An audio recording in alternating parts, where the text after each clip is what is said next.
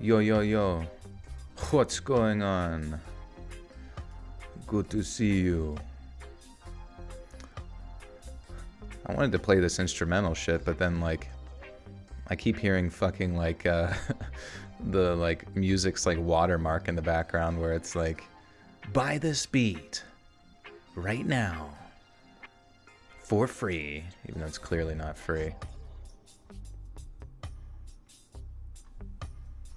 What's going on? I'm back.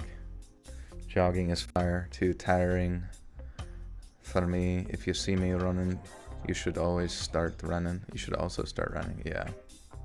Come as a warning sign. We're all running for the buffet, I feel you. Morning from Japan, hello. What in the world are you doing in the land of the rising stuffed crust? Isn't it crazy to find out that that Japan invented stuffed crust back in, I think, like the 1600s? Am I feeling better? I am feeling much better, yeah. I had, like, I think I had a stomach bug. I'll be honest with you, I think I had a fucking stomach bug. Changeling Blaze, welcome to the Butter Sock Cult. You now have access to bonus content. Thank you, thank you. Good to see you. And 7 Leaf Clover, thank you for the 2. Appreciate you guys. Barney or Elmo? I was definitely a Barney brat. I was like 3 or something like that. I remember it was like my parents said I was, well, I recall being very much into Barney as a child. Of course, the thing was Barney would speak to me when I'd sleep. He said, "Hey, you tell anybody what happened, I'll fucking eat you." Okay, Barney. I'm sorry. You didn't see nothing. He just like floats away, crawling on my ceiling. David De La Rosa with the 2 says, "Hi Joel, how you feeling? I feel good. Feeling great today. Got a nice little walk in. Got a little did a fast today, which felt good. But yeah, you know, I had those stomach issues, and then I've just, you know, suggestion to anybody who ever has that, you know, basically there's probably some issue with like your, alright, fuck, I'm not listening to music that has fucking purchase your tracks shit into it. Like, how dare they fucking pieces of crap upload that? Even though I'm just using it, but whatever, here we go. We can still keep it within vibe.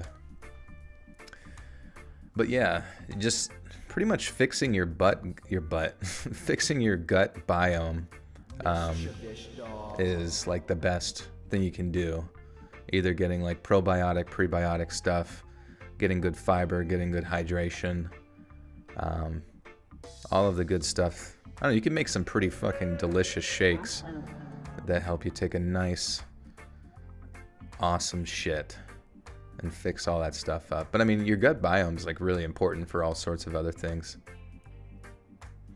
Brooklyn Gonzalez, welcome back for 21 months. As wow, time flies. Definitely helped me get through some tough times.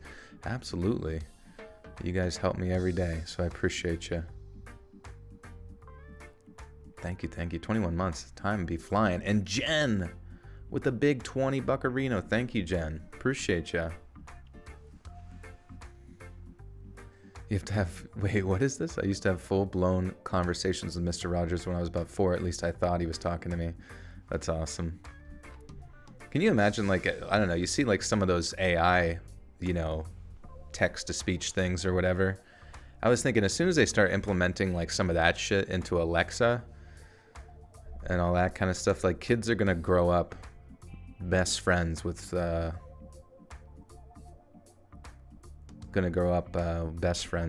Alexa, because they can just, it can tell them anything they want, and they're gonna just be like, yeah, I love you too, Alexa.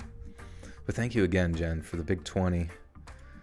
Fucking Joel, I've been listening to Check by Young Thug past 4 or 5 days. It's you can't go wrong with 2016 Thugga.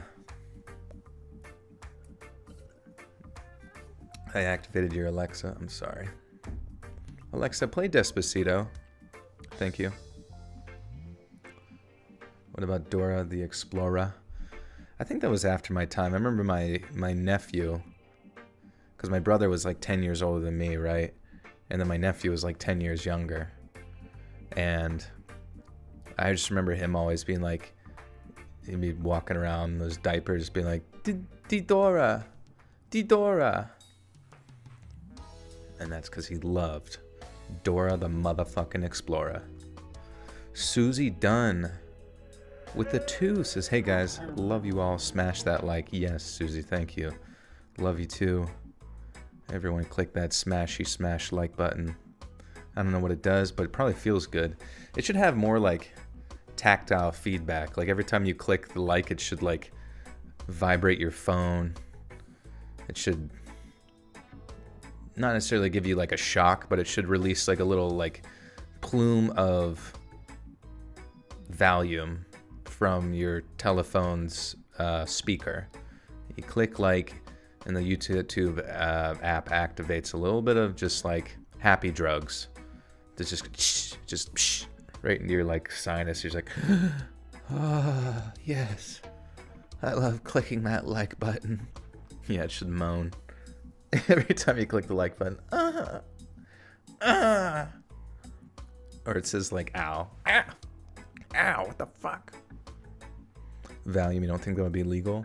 Well, you're telling me it wouldn't be legal for YouTube specifically to just preemptively, just a little bit, work with the smartphone companies. Just put like a little brick, just a tiny little brick of Valium that it like scrapes off of, heats up, aerosolizes, and shoots into your fucking respiratory tract every time you click the like button. I feel like that's not too much to ask from the government and the legal system.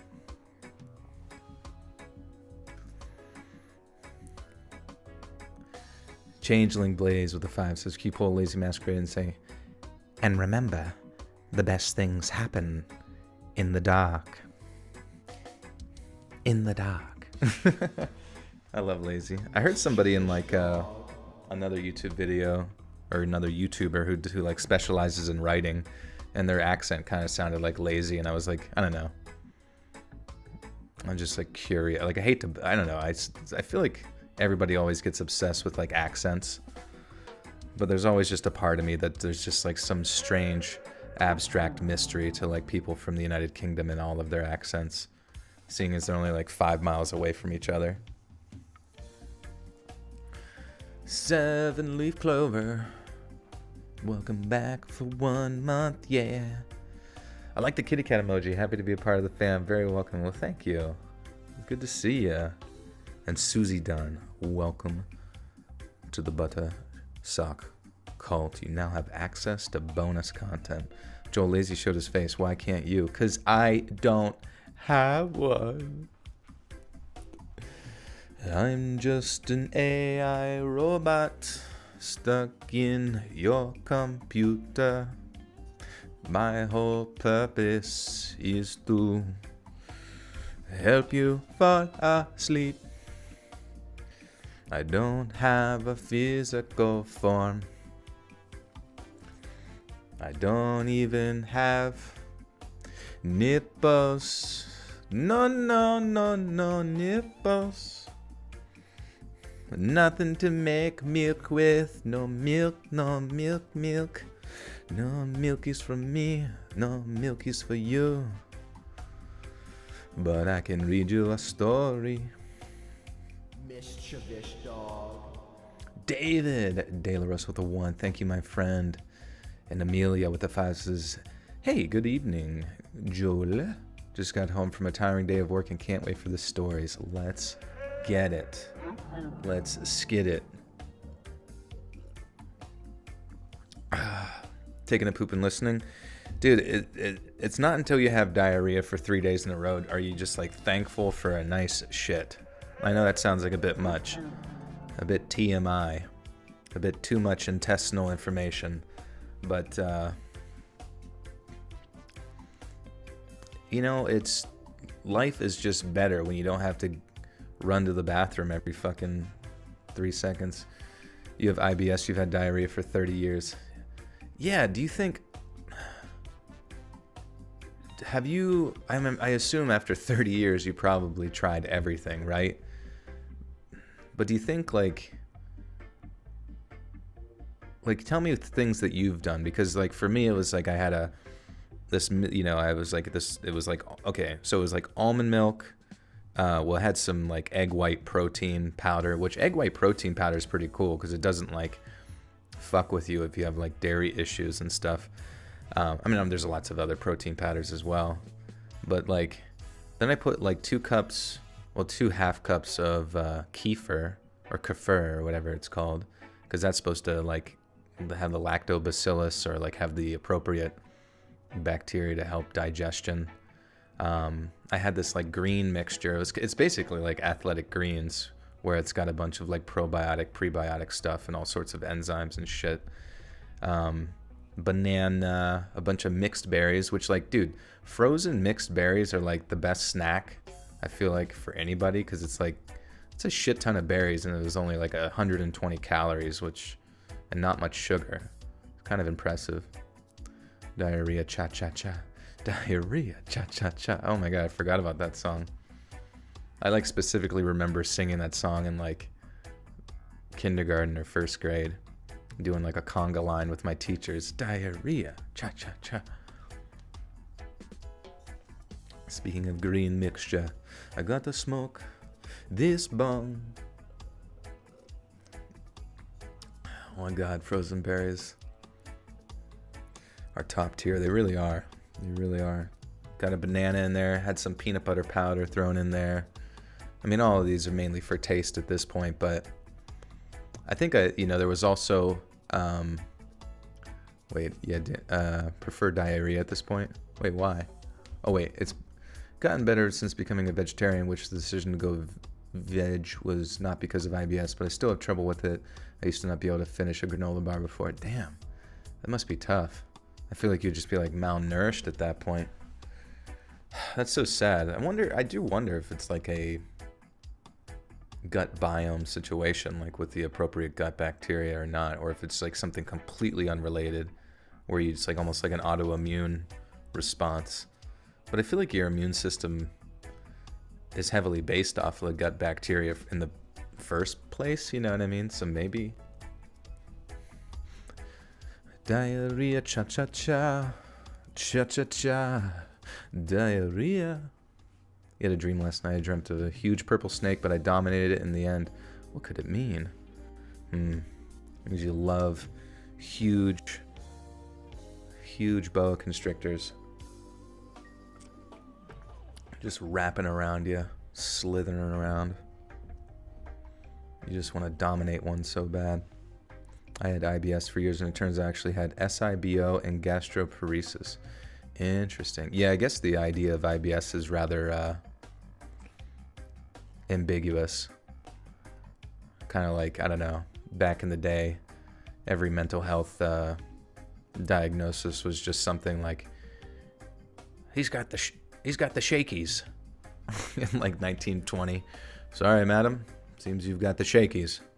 We've got to cut out a piece of your brain, make you calm down. What? Stand still. You just got to go up through your nose. The Egyptians used to do this. It worked really well. They would normally do it with their dead, but never fear, the hawk is here, coming in hot. Squawk. I'm so tired, and I just got here, and it's not even late. Where am I? Where are you? Where are you? My audio visualizer channel now has 14 subscribers. My latest video is basically an LSD simulator. That sounds cool. That's right. It's I don't know, if you're using other people's music, well, you know, there are a lot of channels out there that do mixes, you know, just do all these sort of mixes and stuff and do some cool visuals with it. All those chill hop channels, definitely doable. It's just like, how do you market it from there whenever you can't really monetize most of your shit? Susie Dunn, welcome back. For 5 months. My free message, sorry. I have rheumatoid arthritis and doctor won't prescribe pain medication. Thank God for weed. Helps my anxiety, etc. Well, that's good, yeah. Interesting. Yeah, I mean, I guess it's kind of good that they keep you away from the opiates because obviously marijuana is not going to... But if marijuana is having a good effect, you know, definitely stick with it. And I'm sorry to hear that about the rheumatoids. I had a dream last night, my girlfriend eating chocolate pudding, and I woke up this morning with a spoon in my ass. What a coincidence. I can't really interpret that one.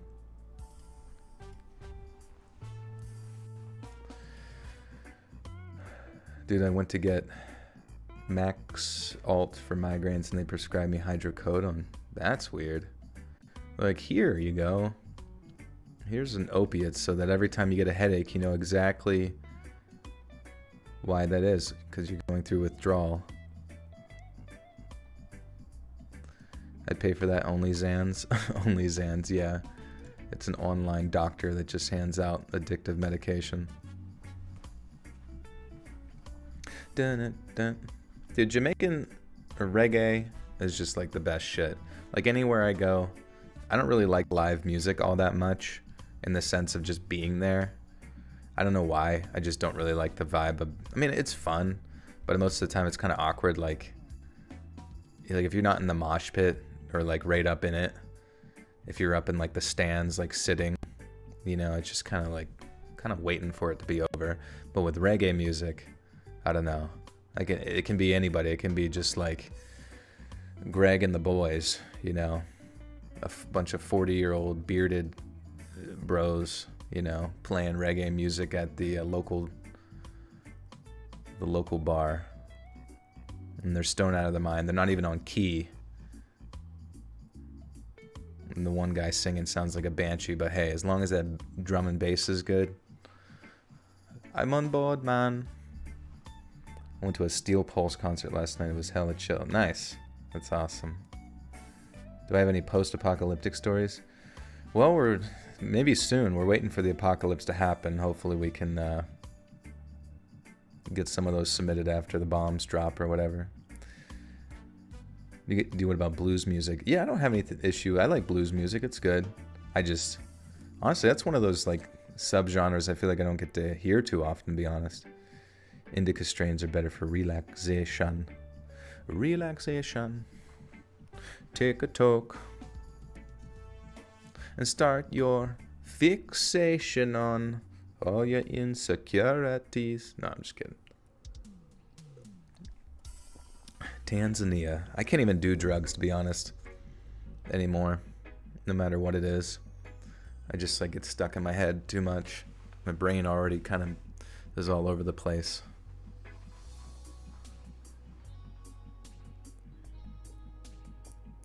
Maybe I just smoke sativa or something.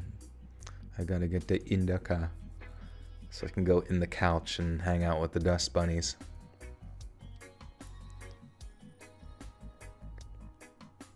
Hybrids are the best. Yeah, why read about the apocalypse when you can live it yourself? Just got done making chocolate pudding. I'll make sure no one comes at you with a spoon. All right, friends, this playlist here, thanks for being here. Click that like button. We're going to get started on some reading. This playlist was Best of Reggae Instrumentals 2022, 1hourreggaebeats.net, Rhythm Compilation. There you go. Or maybe it's Redeem. But either way, we got some jogging stories. Everybody who likes to get out there and run. Scary things happen. But we're going to switch up the vibes. Something a little spooky for you. We got 7 stories tonight, though. So stay tuned. And this is like early access.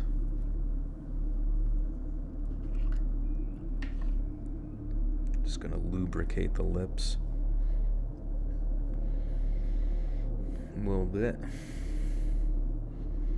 It is kind of crazy how much it helps. Just like helps your mouth from tripping over itself, you know what I mean? Blah, blah, blah, blah.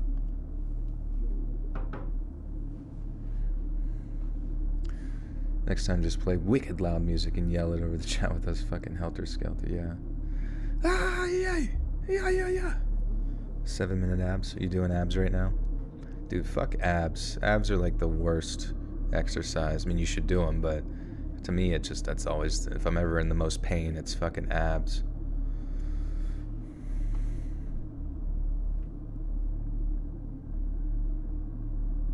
Hey, Kilo, I appreciate that. Yeah.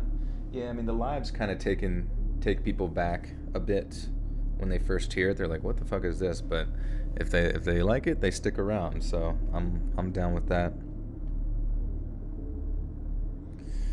All right. Let's get it.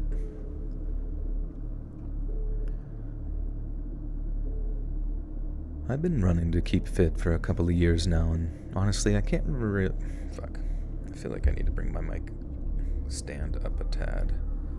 I was like kneeling down into it. It's weird how there's like this just little fucking sweet spot. I've been running around. Fuck. I'm just like thinking too much. I've been running to keep fit for a couple of years now, and I honestly can't recommend it enough, but seeing this kind of reminded me of something I feel that I need to share. I got into running during the summer of 2019, and over the next 6 months or so, I made steady progress with my fitness. But the winter hit hard, and it sapped my motivation to run, especially around Christmas when good food and strong drink were plentiful. But then come New Year's Day, I was back out in the park, running my usual laps, determined not to lose any of the progress that I'd made. But as it turned out, so was everyone else. The park was way busier than usual, and I swear that at least half the people there were jogging. But one of the things that really stood out to me was just how gassed people look. A lot of them were obviously brand new runners, and were getting back into it after a period of time off because there was a lot of coughing, spluttering, and leaning up against trees and all that kind of stuff. I've got a bit of a weird habit of cheering people on when I see them like that. It happened to me when I first started, just some random old men on a walk through the park who told me to, "Don't give up, son." Fuck, that sounded weird. Also, let me turn on my light. It's fucking blinding. Fucking blinding right now.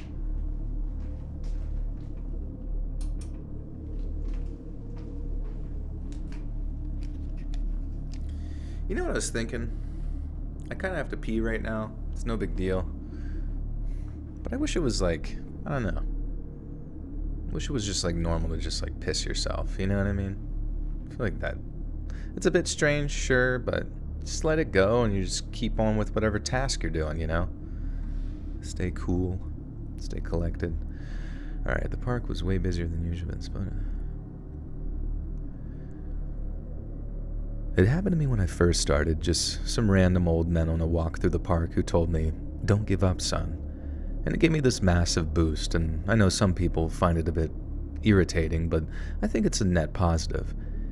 Anyway, I'm basically having the time of my life, cheering people on, generally getting inspired by all the people trying to make a change and better themselves, and it was just great vibes. Then the next thing I know, I'm rounding this blind bend, covered up by this big evergreen bush of some kind, and I see someone just lying on the pavement in front of me, eyes closed and just completely still. I stopped dead in my tracks, literally stunned by what I was looking at. There was a second where I thought this guy was just talking like Mickey, and that Mike... What? There was a second where I thought this guy was just talking... Oh, talking the... what? There was a second where I thought the guy was just talking the Mickey, as they say, and that my call of, "Are you alright, mate?" would be met with some bantering reply or something. But there was nothing. The guy stayed completely still, eyes closed, totally unresponsive. I went into full-on panic mode, forgot every bit of CPR training I'd ever been taught, and instead just stood over the guy shouting, "Hello, can you hear me? Open your eyes." When he didn't respond, I called 999, and as I was giving the operator all the details, a few more people came around the bend and started helping out. It was a big relief to have the other people on the scene, but it definitely got a bit chaotic too. Some were suggesting that they put the guy into the recovery position, while others were rightfully stopping that and saying not to move him because his airway seemed clear. I kept passing information back and forth between the operator and the other people tending to the unconscious man, so, like I said, it was all very chaotic and stressful, with lots of people trying to talk over each other all at once. But even through the din, I heard it, when some panicked woman's voice called out, "I can feel his pulse. I don't think he's got a pulse. I can't feel his pulse. Fuck." Talking to Mickey? I don't know what the fuck that saying is. Some British bullshit.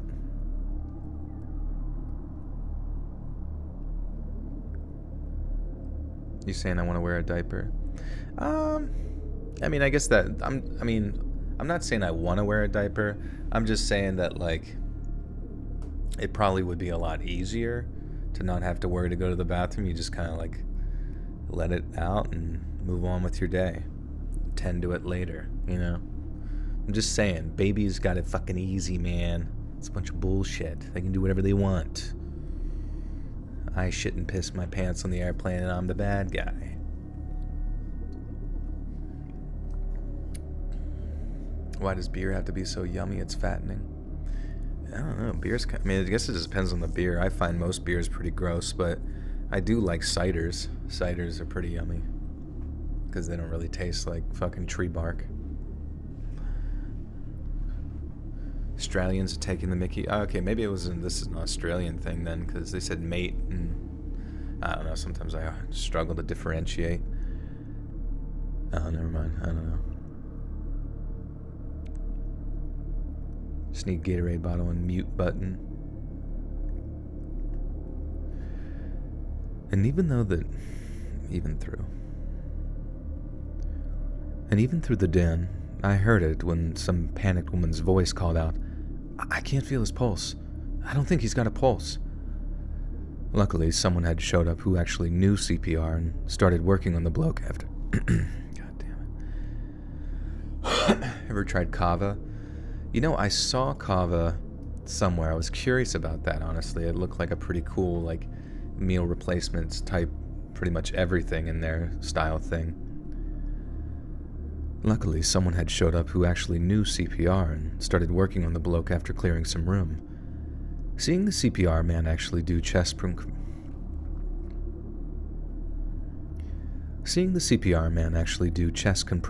sent people over the edge.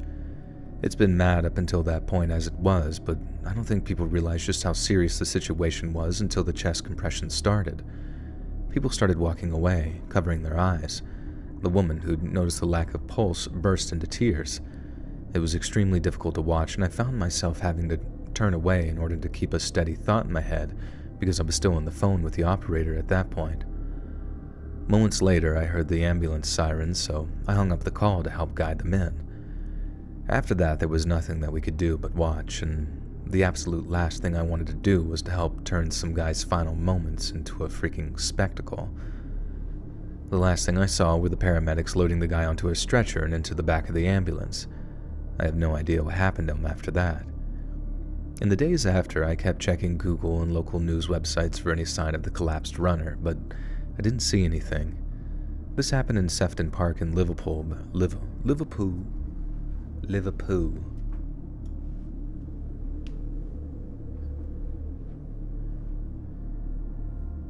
Hold the bottle right up to the mic, yeah.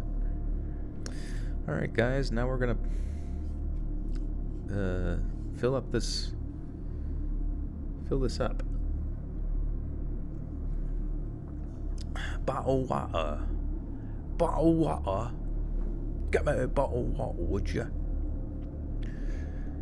This happened in Sefton Park in Liverpool, by the way, on New Year's Day of 2020, so if anyone happens to be able to dig up the story, I'd be really appreciative if you could leave a link in the comments or something. The guy has a shaven head, but then a bit of ginger beard, and I don't think he was in his early to mid... The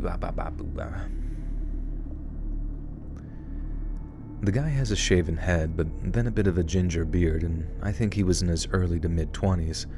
I'll have to look myself after I send this, and I know some of you are probably thinking, why didn't you check before you even started this? Well, the thing is, I haven't been able to bring myself to. I've thought about that little incident many times over the years, and I've run past the same spot countless times since. but I've never been able to bring myself to sit down and just Google it again. I know that why that is, too. I'm not going to pretend my own mind is a mystery to me in some hacky attempt at dramatic ambiguity. Jesus Christ. Ugh. I know why that is, too. I'm not going to pretend my own mind is a mystery to me in some hacky attempt at dramatic ambiguity. I haven't Googled it because if the guy died, I know it'll horribly upset me, and this selfish sense of self-preservation just keeps me from doing it. That runner probably left his house or flat that day, wanting to make a change for the better. 2020 could have been his year, but instead, he might not have survived the first day of it. He might not have. Oh, they don't want to know if he's dead or not. They don't even know. Okay.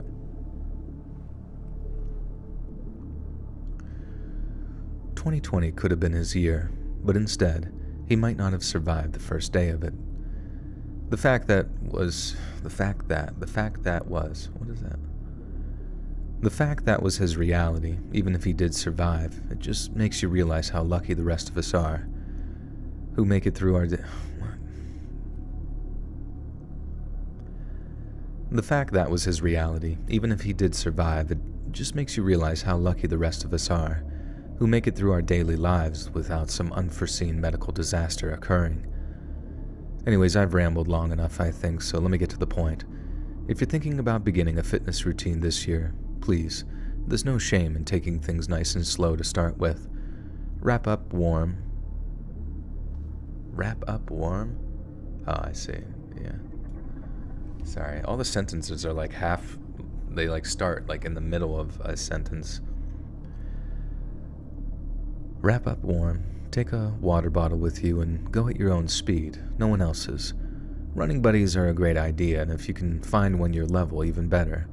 But lots of experienced runners won't mind slowing down a bit, just for the sake of helping you level up and learn a thing or two. And trust me, some of us would welcome the break. Just don't be that bloke that I found that morning, lying cold and alone with no one to help him at first but some gobsmacked runner who barely had a clue what to do. Alright, yeah, let me run to the bathroom real quick. I will be right back.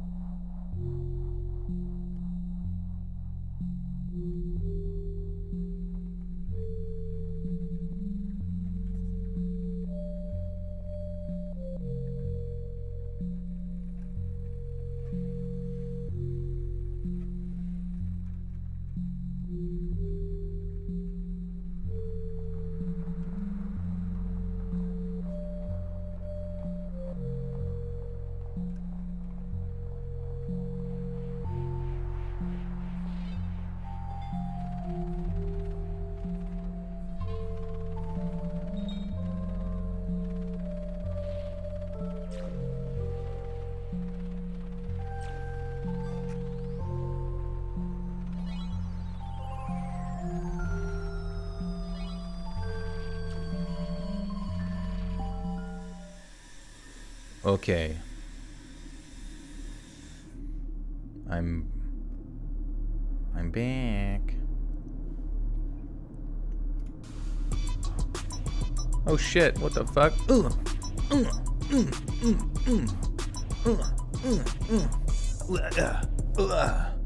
Perfect timing. Papino Dolce with a 30. Buccarino says, "Yo, Joel, what's up? Just got my yearly bonus from the IRS, aka my taxes back, so I wanted to spread the love a little bit. Keep up the great work. Almost to 1 million on the subscribers. Early congrats, my G." Thank you, Papino Dolce. Appreciate you. I was in the bathroom, came back just in time to twerk. Yeah, it was a good piss. I had way more pee in my bladder than I realized, which is weird. You're like, huh, there's something in there. And then all of a sudden a fucking waterfall drowns the whole house. But Pepino, thank you again for that. And yeah, I just checked. We are probably going to hit 1 million or in April. Like April 18th, I'm thinking, is what the projected thing. If things stay at like the 500 subscribers daily sort of progression, that would be pretty wild. But we're cruising, so thank you again. Don't go chasing waterfalls. You ate cheese and now you're all farty, is that a thing? Yeah. I mean, cheese kind of fucks with people's digestion depending on, I don't think we're really built necessarily to consume dairy, because we don't really have the enzymes necessary to break it down as effectively. So it's, once again, I was, earlier in the stream talking about your gut biome and making sure that you have all the appropriate basically gut bacteria that can help your immune system and break down food and all that good stuff. But yeah, I know that my body doesn't really tolerate dairy very well, but fuck it, fuck it, we ball regardless. We eat balls of ice cream regardless, and cheese. They should put like cheese in ice cream. Holy shit. Have they done that before? Like little balls of cheese, kind of like you think you're going to be eating cookie dough, but it's like little balls of cheese, little mozzarella. That sounds fucking kind of disgusting, but I would try it.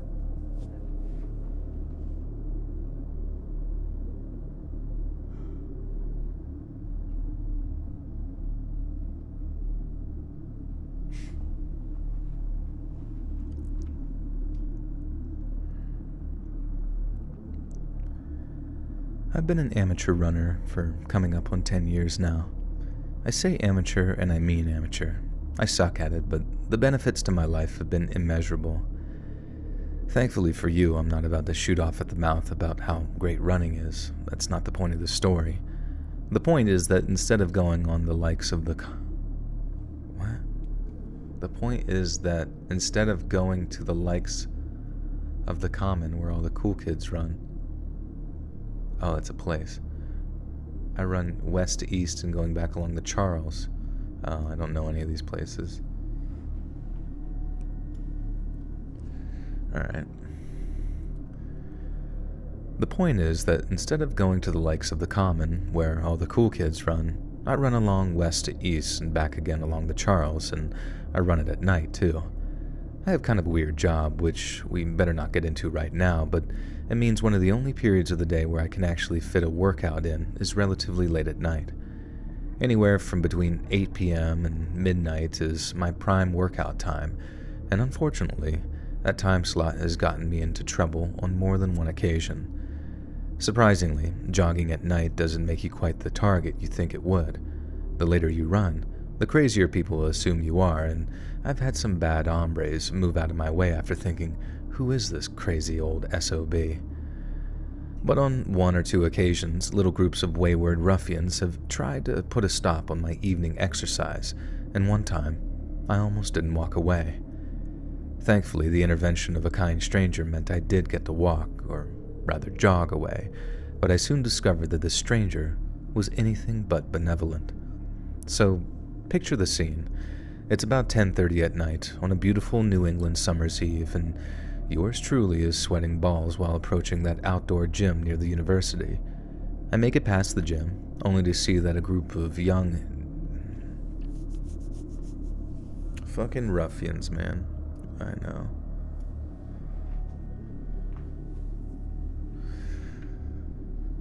I make it past the gym, only to see a group of young hoodlums having planted themselves firmly in my path. Now, like I said, a lot of the time they'll just move out of your way, either out of respect or out of caution, but these kids seem to have had... a very bad day, and wanted nothing more than to blow off a little steam by bullying a defenseless old man. They blocked my path, started throwing all kinds of jokes and insults my way, and as much as I want to just tell them where to go, I know that'll only make the situation worse. So instead of a harsher tact, I'm saying mega cliched stuff like, I don't want any trouble, guys. I'm just working out. Be a pal, come on, don't mess up my times. They're having none of it, making all kinds of rude comments who want... Shit.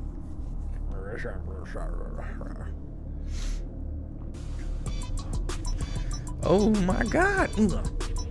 Another one! Twerking and working. D Shore with the 30 buccarinos. Thank you. Good to see you. And also, D Shore, I saw your super thanks in that more recent video, so I really appreciate that too. Good to have you back. Cannoli ice cream from Ben & Jerry's is so good. Is that cheese related? I don't know. I just think something about it. I mean, frozen cheese might be a little confusing for the body, but I mean, it'd be diarrhea in a quart, but I think it would be worth it. Has anyone passed first grade on here? You're just wondering. I think most of us are in second or third grade. Where should you drive through for dinner? Damn, probably Red Lobster or something. They're having none of it, making all kinds of rude comments while one straight up threatens to take my wireless headphone off of me. They cost me a couple of $100, so I definitely wasn't the biggest fan of that idea, but as the situation got more and more tense, I started to wonder if I shouldn't just toss them. But as the situation got more and more tense, I started to wonder if I shouldn't just toss him and run to save myself from getting my butt whooped. Then, right as I'm thinking things are about to get hairy, some total stranger steps in and diverts the attention away from me. He starts calling them a word for coward that begins with P, telling them to pick on someone their own size. He seemed either very drunk or very confident of himself, and within less than a minute, the attention of my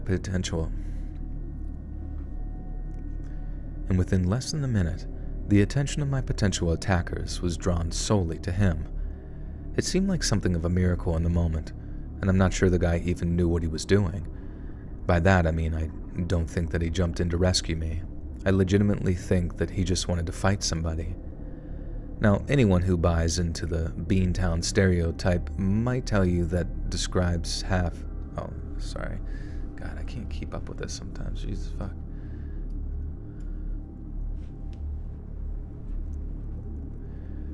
Now, anyone who buys into the Beantown stereotype might tell you that describes about half the population of Southie, but that's not strictly true. But at the same time, I've never lived anywhere where confrontations turned to violence with such frightening speed. I watched as this guy drew all the attention away from me, to the point where when I did finally put some distance between us, the group didn't even notice. The last I saw was a little bit of shoving, but I turned my back and started jogging away again as soon as things got worse. To me, as soon as the guys that had stopped me were done with the crazy boxer dude, they were going to turn back to me again. It sure as hell made for some great motivation, and I remember laughing a little as the nice lady voice in my running app told me, "You hit a new speed record. Keep it up." I ran for a little longer, walked for a while, then jogged again, until I finally reached the spot that I normally took a rest at. I walked across the street to a little place where I knew the bartender, got myself a glass of water and some peanuts for energy, then killed maybe half an hour watching just random sports highlights. The idea was to kill enough time that whatever went down on the... What is this word? Oh my god. The Espasplande? I have no fucking clue what the fuck that is. Esplanade? Is that a... what? Is a long, open, level area usually next to a river. Wouldn't that just be a boardwalk? Or no? I don't fucking know. I'm just gonna call it the fucking boardwalk. I don't fucking know. Esplanade? I never even heard of that shit before. The idea was to kill enough time that whatever went down on the Esplanade would be all over and done with by the time I ran back. I appreciate I could have just taken a different route, but I guess that's why they call me stubborn. So I leave the bar, walk back over to the Esplanade, and begin my jog back towards Beacon Hill. When I start getting closer to the area I was accosted, I noticed that there was still a large group gathered near the spot where I'd almost gotten into trouble. Obviously, I slowed down to a walk, trying to work out if it's the same guy who gave me trouble. I can't recognize anyone, and besides, everyone was leaning over the side of the Esplanade. What is it? Esplanade? Esplanade?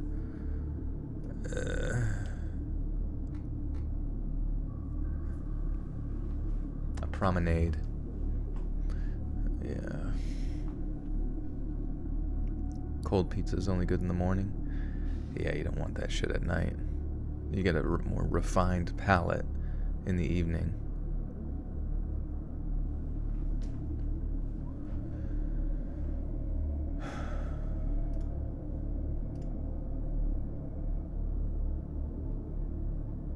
Random remote dick sucking. Jesus. I don't know why people get so mad. Like, I don't know. Like, why do you come in here just to get mad? It's such a weird thing. It's like, I don't even know. Me going out of my way, like going to a fucking comedy show or something like that. Not that it's the same thing, but like getting upset that people like paid money, which you don't even have to do here, to like enjoy a performer or something like that. It's such an abstract thing. Like what else would you expect from people that subscribe to a channel? Do you expect them to like heckle me or be pissed or something? You know what I mean? It's like such a strange fucking thing that like people come in here just to be like pissed that it's not. I don't know, what is there to even be mad about? It's such a weird thing. Are they mad it's not them? I mean, it's not like, I don't know, it's strange. Booing at a free concert, yeah. That'd be so funny though.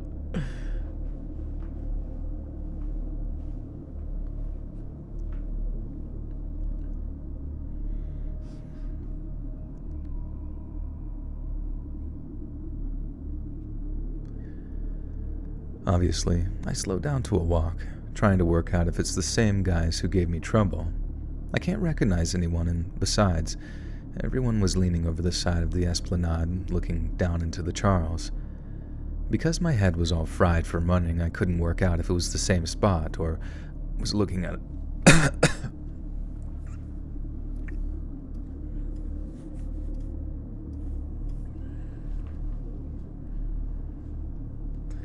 No, you guys are more than welcome to heckle me. It's just like the weirdos who come in here out of nowhere, like they've never been in here, and they're just like, the fuck?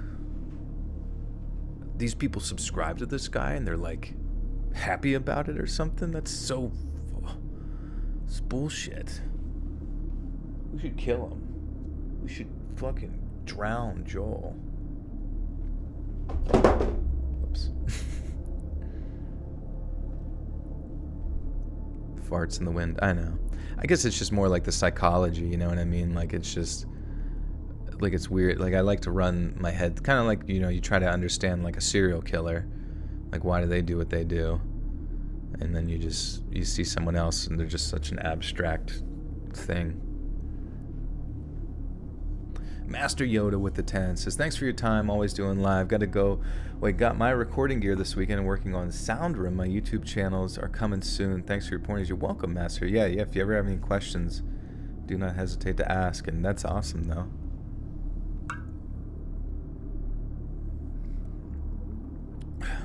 It's a kink, yeah. I mean, kink, yeah, maybe. I guess that would make sense if you enjoy, like, negative attention. It would make sense to generate the response of getting a negative attention response or whatever. 7-leaf clover with the 2 says, tonsillitis has me feeling tired. Oh shit, tonsillitis. I thought that was something you get when you're like a kid, but I guess it could hit at any moment. Alice, I appreciate it. No, it's all good. I'm not actually upset. It's just stone the haters to death. Don't do it. No, it's not worth. I've never been one where, like, if someone has criticism, I've never been one to be like, get him, because that's just not fun for anybody. And maybe I did that before. I hope not. Bring back stoning. Oh god. We can find out if they're a witch. if they drowned.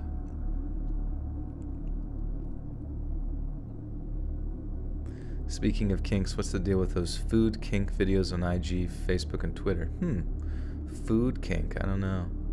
I kind of have a food kink just because every time I eat fucking cheesecake, I'm like about to bust. Shit's fucking good.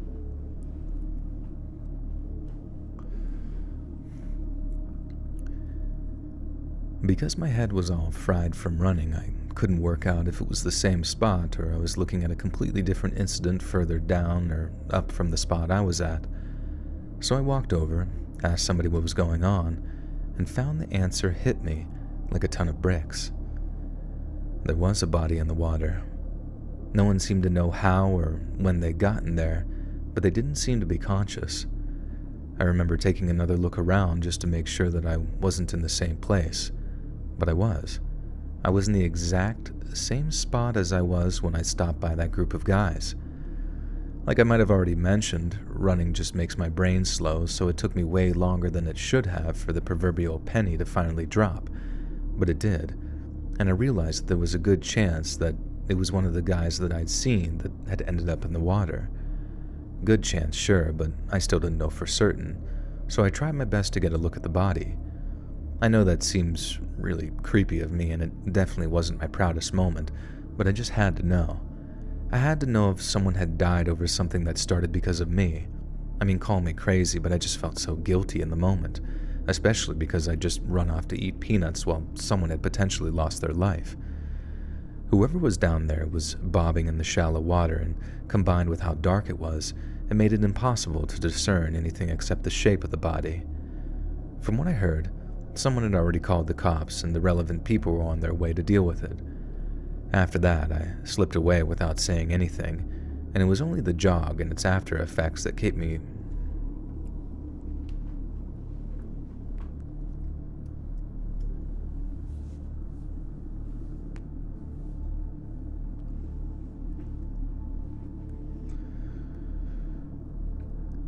After that, I slipped away without saying anything, and it was only the jog and its after effects that kept me... Why can't I say this right?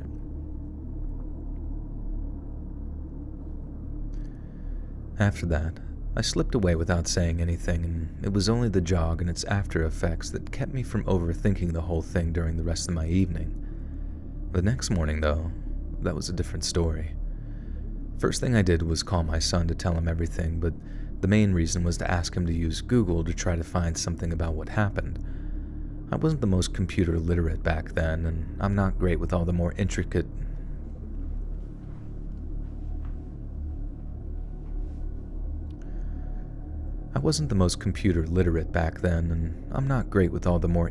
functions, so I didn't really know what to plug into Google to make it an accurate enough search.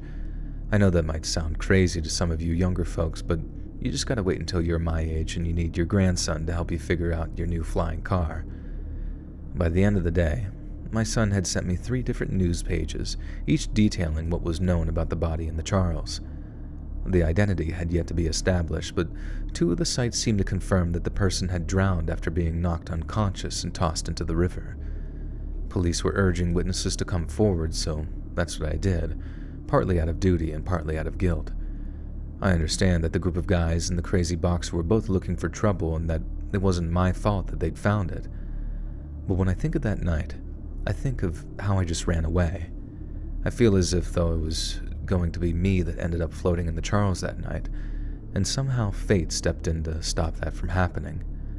I guess some people might just be happy that it didn't happen to them, but for me, it comes with a real bittersweet kind of feeling. I'm glad it wasn't me. I just wish that it didn't have to be anyone else either. I know. It was one of the group.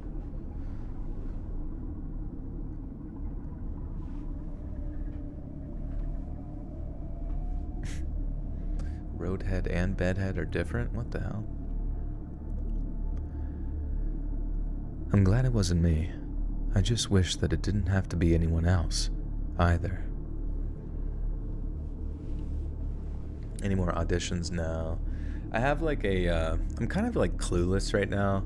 Because I'm on this like Backstage website, and I know that you can like submit your resume through there. And I did on a few things, but it's like hard to find roles that kind of like fit that. And truth be told, I haven't put a lot of time into kind of searching through roles on there to sort of try, sort of what do they call it? Like audition for. Well, not necessarily audition, I guess, but just like because I don't think you can like straight up audition right out the gate for it.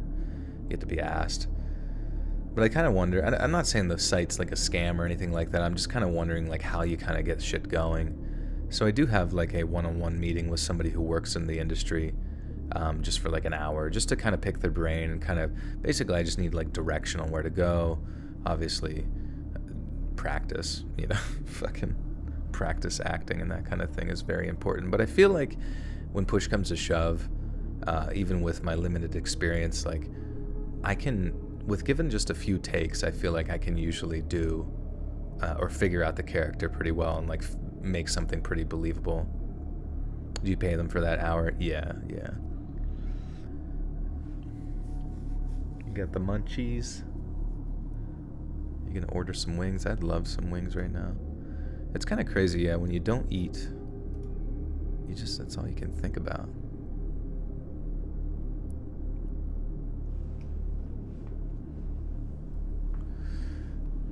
So if the guy that jumped in to help her wanted the punks, I guess we'll never know. I know, yeah. Is Joel short for Josephine? Yeah.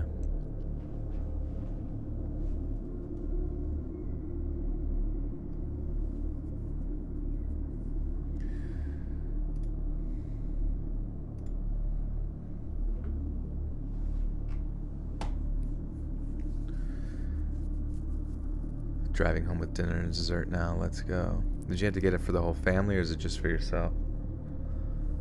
Although sometimes a large box of Cheez-Its is my breakfast, lunch, and dinner. Yeah, you just work your way through it. There were these specific ones with like Tabasco sauce on it, these Tabasco Cheez-Its.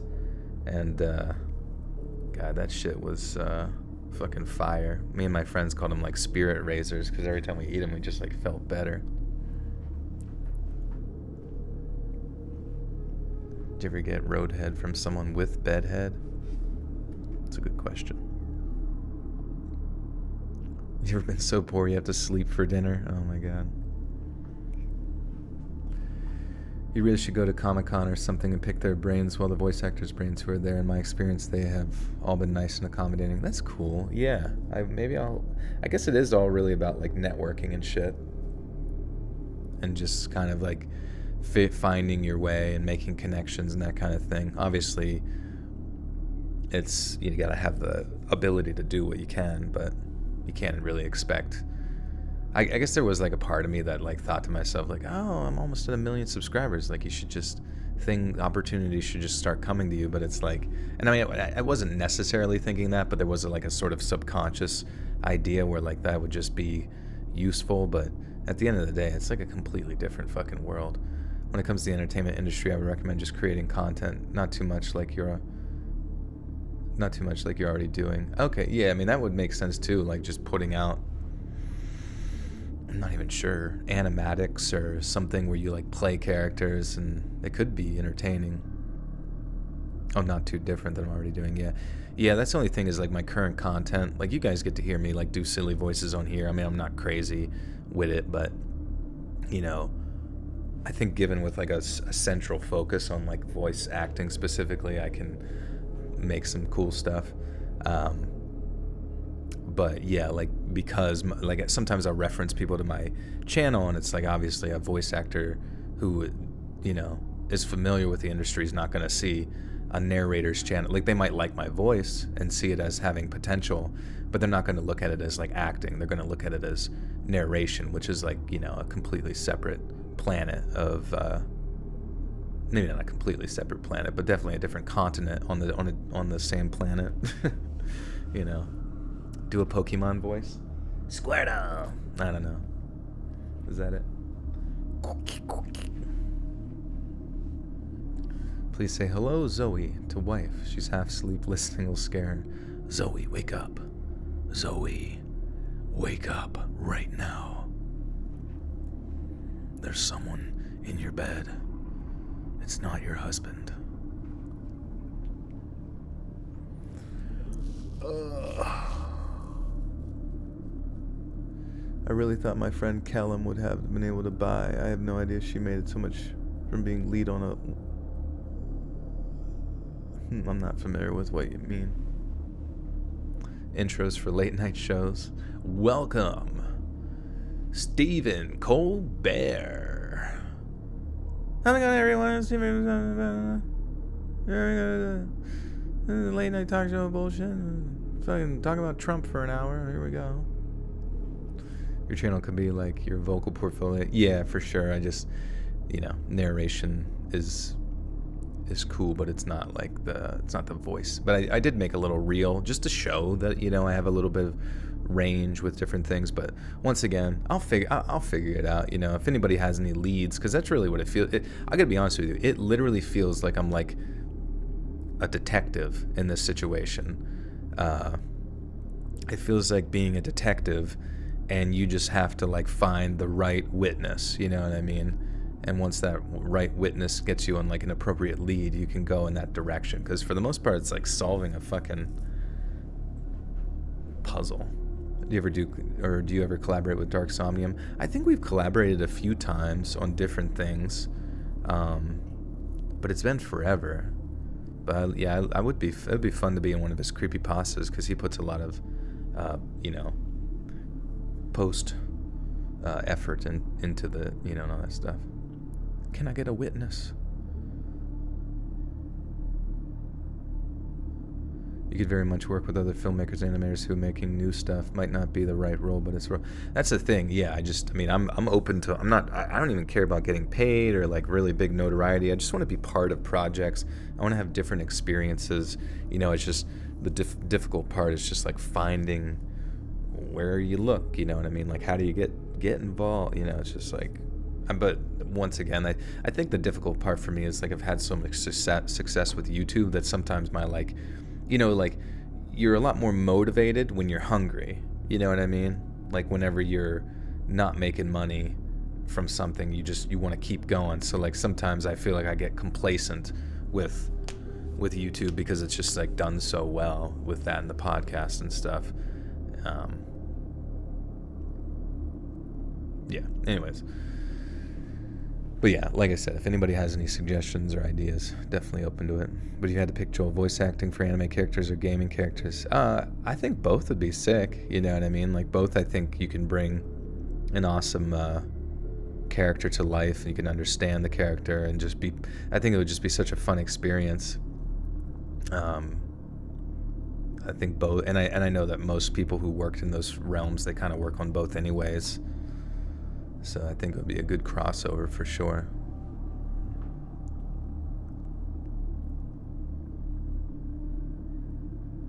How do you make these videos that is right here on the screen right now? Oh, Robin, my buddy Robin Mikalsen, he's a 3D animator, computer effects guy. He makes that stuff. I pay him to do that, and he's a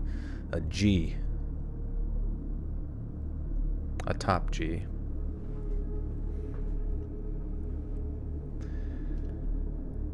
This is the story of the single most terrifying thing that's ever happened to me.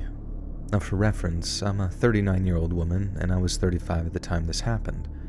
To call me petite would be putting it kindly, and as much as I'd be working at my weight training over the... And as much as I've been working at my weight training over the years, my gains aren't anything to write home about.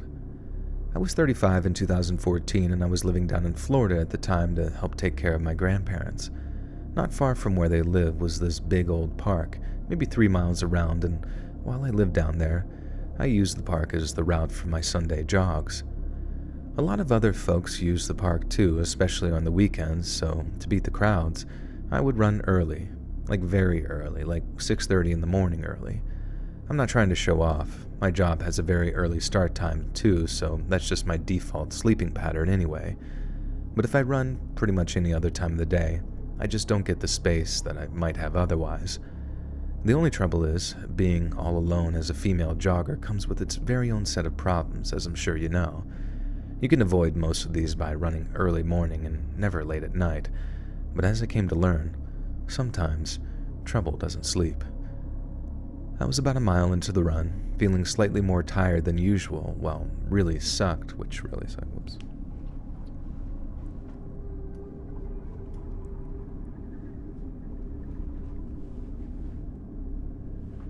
G as in graphic designer? Yeah, he's a top. He really is. I mean, he learns everything on his own, and he just figures it out, you know what I mean? He's very passionate about it, and I think that helps anybody in life, is being passionate about something, to really stick with it and learn it and have the patience. But man, he can, anything related to computer science stuff, well, maybe not necessarily all computer science stuff, but like programs for related to art and creation, like Robin can just pick it up and just learn it in like a day. I remember him like telling me about back in school and stuff that like within like a few weeks of taking a computer graphics class, he was like teaching the teacher how to do stuff. And I really do think that he's possessed by a demon, a genius demon. Heather Simmons, welcome to the Buttersock Cult. You now have access to bonus content.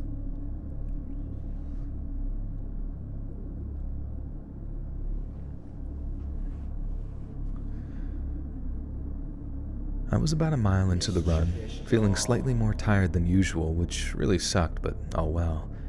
The track I was running on was right next to the road, with the only thing separating the dirt track from the tarmac. The track I was running on was right next to the road, with the only thing separating the dirt track from the road being a line of sidewalk. There were very few cars on the road, given how early on a Sunday it was, so when this beat-up looking pickup truck drove past me and honked, it really took the wind out of my sails. I really hate getting catcalled or honked at when I'm running, even if it's just guys trying to be nice, I guess. I hate to sound like an F&B here, but it is what it is. I'm in my zone, focusing on my breathing and not tripping over anything. Just don't take me out of my focus. As I said, the guy honked, kept on driving, and I cursed him out in my head. Oh, I see.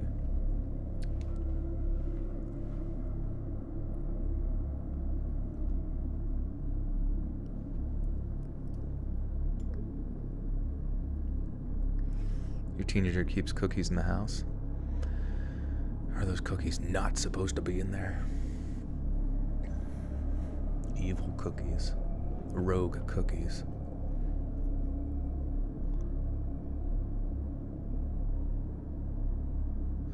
What do people think of those little disguised knives that made to look like lipstick? I've never seen those before. I did just find out from that new game that just came out. I don't know if anybody's played it or not. It's called The Son of the Forest. But I saw that the main character has an electric lighter, which I thought was really cool. Instead of being like filled with like whatever lighter fluid and shit, it just like creates a little electrical charge that can light shit on fire. I'm like, that's fucking sick. It looks awesome too, and it's rechargeable. Yeah, it's out, Christian. It's out in early access now. If you wanted to try it, it looked like it was in pretty decent state too. I'm not sure like what limitations the early access has. I would hope that the story aspects, because that was one of the coolest things about the first Forest, was like the story was kind of like ambiguously in the background. You kind of had to figure it out as you went along, and I really enjoyed that idea. Well, just I didn't really play the game that much, but I watched other people play it, and that to me was just fascinating. Like to be able to like tell stories through like just contextual environmental stuff, but like in almost a non-linear fashion, like that's shit's fucking really impressive to me. What's my favorite nuts or dried fruits? I mean, I really like cashews a lot. I eat a lot of those, but I mean, a lot of the nuts. Almonds are pretty good, but like there's something about them that's kind of like a strange sort of like dry texture. I'm like, dude, I mean, so many dried fruits are so good, like pineapples. Well, bananas, dried bananas fucking suck. Fuck them. They can die. fucking banana. What are your thoughts on the movie Cocaine Bear? Yeah, I saw it was out, but I haven't really heard good things about it. I mean, I probably would go watch that or something, or maybe watch it with friends at one point. But a friend of mine is actually in, what the hell? There's like a new, sorry, now I forget the movie. Let me go look real quick. Sorry. They're actually in a new movie called Jesus Revolution. I actually don't even know what it's about, but they told me that it was a friend of mine who was a fan of the channel, and then we became friends, but they're in the movie Jesus Revolution. I don't even know if the movie's like a religious thing or not, but, or if, you know, but it was, the fact that it was playing near me and that they were in them, was like, that's fucking awesome. So if you guys go see it, let me know how it is. And Ambrose, welcome back for 4 months. Pokemon news tomorrow. Let's read stream tonight. Great start to the week. Also, I've been trying to get back into fiction writing bit by bit. Nice. What are you going to write about? Also, I wonder what Pokemon news is tomorrow. I'm kind of excited for that now, too. I mean, I don't really like play too many Pokemon stuff anymore, but I do always enjoy hearing about it because it's just, 'twas my childhood. And D Shore, thank you for the 1323. Wow, you're growing so fast. How many subs have you jumped up in the last month? Well, it's been like 500 to 600 new subs a day, which is pretty wild, pretty unprecedented for the channel, so I'm thankful for that. So what is that? Like, I think somewhere between like 12 to 15,000 in a month, which is pretty baller. Dried pineapple. Yeah, dried pineapple is fucking amazing. Also, I just like dates. If you ever had pitted dates, don't get the ones with pits in it because it's just annoying because it's like, imagine biting into a nice gooey peanut butter and jelly sandwich, but there's like just somebody put like a seed in there for some reason that you can't chew on and breaks your tooth. But dates are so fucking good, dude. And then like there's certain ones you can get with like covered in coconut and stuff. I'm like, oh my god, I die. But the only thing that would make dates even better is if they like had protein or something in them. Unfortunately, they're pretty much just all sugar. But apparently they don't. It's like a super low glycemic index food, so it doesn't really affect your. It doesn't affect your blood sugar too much. But I love them. Dates covered in square. What's square? Did I say that? I ate too much of it, straight factory quantity. I can do dates. I'm gonna go on a date and I'm gonna eat dates on the date. You don't like the texture of dates? Yeah, it is kind of like sometimes you look at dates because there's these ones, I forget what they're called, but sometimes I look at them and they're all like so syrupy and gooey that sometimes I look at them and I'm like, somebody could put like a cockroach in this bag covered in syrup and I would have no fucking clue. I'd just be like not even looking, just like munching on the back. And I'd just be chewing, eating. Actually, maybe in that scenario, I'd actually get some protein, which would be sweet. Jeffrey Dahmer vibes. Jeffrey Dahmer loved eating cockroaches.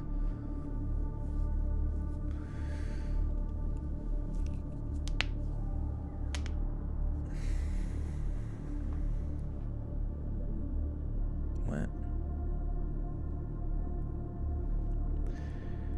As I said, the guy honked, kept on driving, and I cursed him out in my head as I went.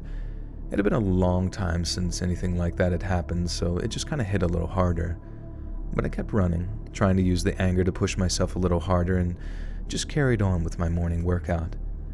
Then, maybe 5 to 10 minutes later, the same truck drives past me again. I heard him before I saw him that time, honking really loud as he drove past me as close to the curb as he could manage. I just broke. I had no idea what the guy's problem was, if he was still loaded from the night before or whatever, but I slowed down, threw up 2 middle fingers, and just started cussing the guy out. But I swear the second the first curse left my lips, he slams on his brakes, pulls over, and jumps out to confront me. I couldn't believe it. Like I just couldn't believe anyone could be so petty. I pulled out the one headphone I actually use and shout out... Wait, what? Pulled out the one headphone I actually use. Shout out to L? Who's L? From Death Note? What are we talking about? Middle fingers, yes, yeah. Throws up the 2 middle fingers. Someone threw me 2 fucking bush lights. I smashed them together, threw it on my... drenched my face with it.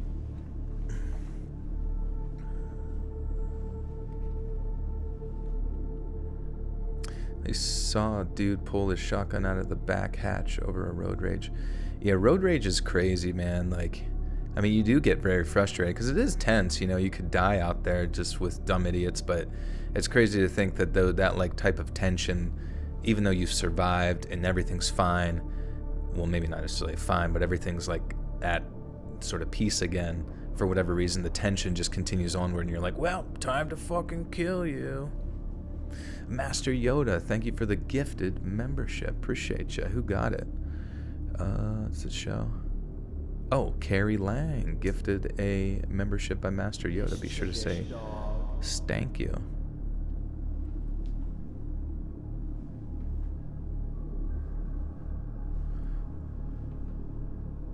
Your dad was a top-tier road rager, could never let him drive. Yeah, I mean, like, I don't really get road rage, I guess, just because...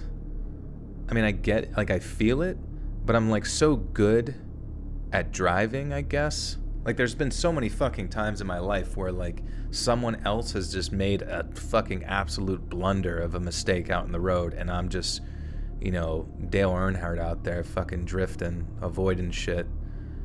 Like, I see, like, he throws a banana peel. Like, I'm not hitting that shit. You know what I mean? I don't know. But maybe that's what it is. Because, like, I get mad at video games, but I don't get mad at road raging, you know, or driving. It's like I get mad, but it's like a sort of, like, controlled burst of, like, you know, focused energy to know, like, how to avoid the situation, and just, like, afterwards being like, oh, fuck, what the fuck? I seem like a slow driver? No, I'm not a slow driver. I'm zooming in and out of the fucking lanes. I'm going underneath 18-wheelers, like Fast and Furious 16.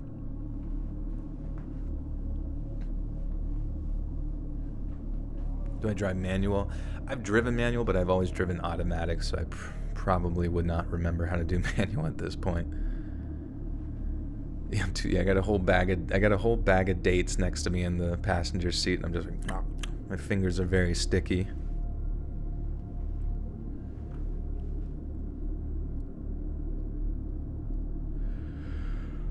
Let's speed. I'm fucking hugging the curves, challenging the corners. Initial D. Alright, I pulled out the one headphone I actually use, in time to hear him ask, "You got something you want to say to me?" I briefly debated on saying yes, before giving him a huge chunk of my mind, but just from the way the guy was acting, I knew this wasn't going to be civil. The guy had spotted a lone female jogger repeatedly antagonize me. The guy had spotted a lone female jogger repeatedly antagonize me, then jumped out of his car, apparently ready to fight a woman, the moment I gave him any pushback. He obviously wasn't playing with a full deck, and then the moment I took a step back, he started to run at me. Breaking into a full sprint to get away from the guy amounted to the most terrifying few moments of my life. I was convinced that he was going to catch me, completely convinced that at any second I was going to go tumbling to the ground after he tackled me or kicked my legs out from under me. The thought must have been like rocket fuel to my legs, because somehow the guy didn't catch me. And you can bet your butt that he was chasing me, though. I could hear him barking all kinds of abuse behind me as I went. There came a point where he sounded audibly out of breath, and that spurred me to run even faster, knowing that I was going to be able to get away. I don't know if it's some kind of irony or whatever, but it always strikes me that... Oops. Your Mini Cooper's a manual. A lot of valet parking don't know how to drive it, so I have to park myself. That's funny.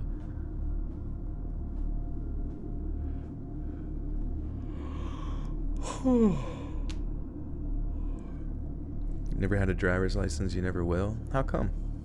Like out of choice or just like out of just because? Came across your content a few months ago. I listened to it more than Audible since. Nice, Chris. Thank you. Appreciate it. Audible is cool though. In the sense of if you just want to absorb information. Do I know how to ride a motorcycle? If so, do you own one? No, I never did. I remember my brother used to have a bunch of motocross stuff, but I feel like I never crossed over into the realm of, or like I was never like there long enough because he was a bit older than me for him to teach me or anything like that. So I never really had the interest to ride motorcycles or anything. I mean, I think they're cool. I remember driving one at a friend's house and just like absolutely losing control of it and like being terrified because I'm like just fucking blazing up this hill and I don't know how to control it or stop. And I remember him like coming alongside me, like yelling at me to just like cut the one thing because I was like fucking panicked. This was years ago though.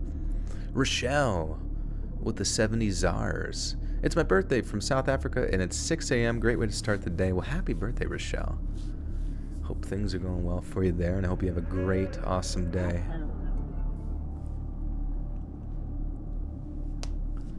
When is St. Patrick's Day? Let's see. When is St. Patrick's Day? Why the fuck, if you type it into Google, can't you just get an answer? 2023. Jesus, bro. I literally have to go to like chat GPT.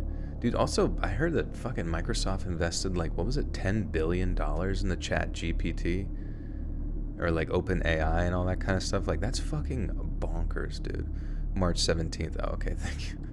I opened it up just to ask him. I still want to ask it. When is St. Patrick's Day?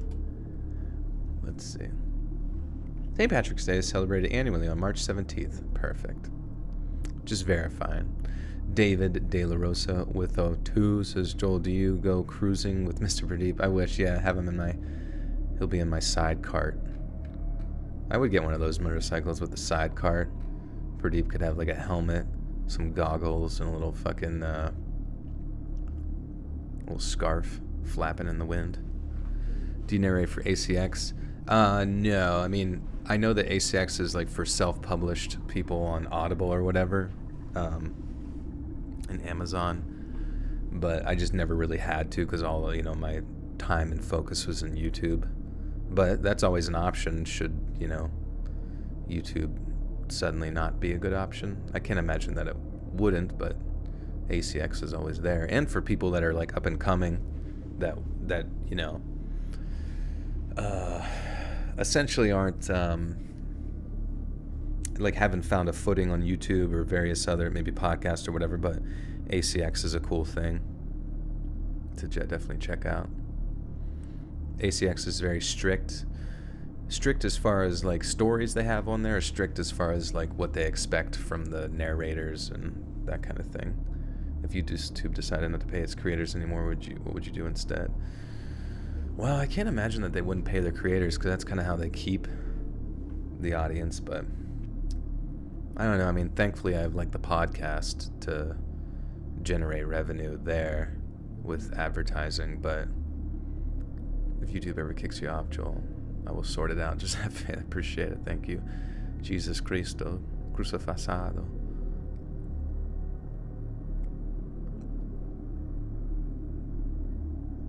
How was my weekend? It was good. It was a good weekend.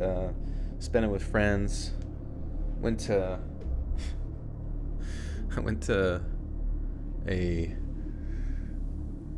a local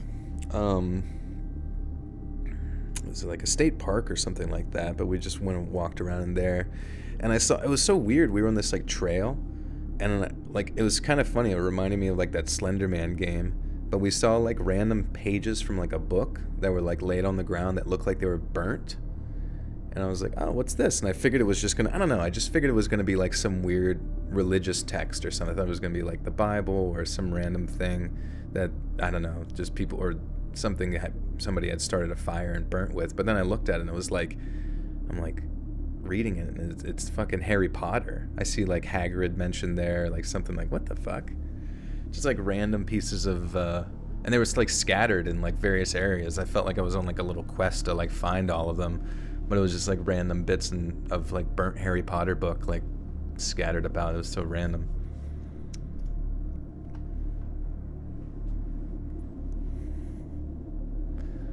But I kept one for my friend to put on their fridge.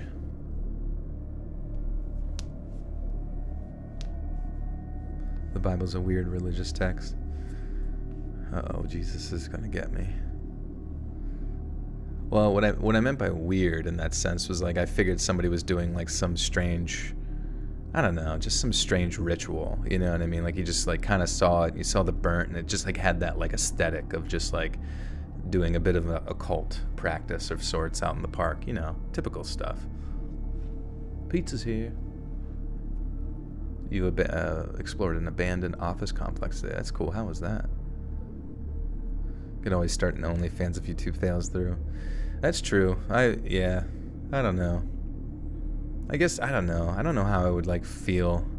Just do, like, I don't know, having to... It's not a big deal. I mean, I understand people do, like, sex work and stuff like that. But I guess, like, for myself, like, having to explain to my friends, parents, or, like, family... Hey, what do you do for work? And they're like, oh, I read fucking smut and share my feet and smear it in like peanut butter and thing. I mean, that's fine. Like, once again, nothing issue there, but I'm just like having that conversation.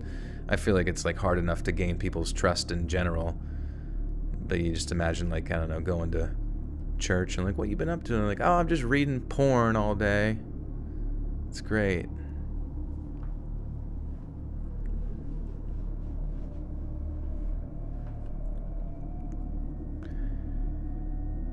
I don't know if it's some kind of irony or whatever, but it always strikes me that although running so early on my own almost got me into trouble, it was all the running I'd done before that which allowed me to get away from the guy.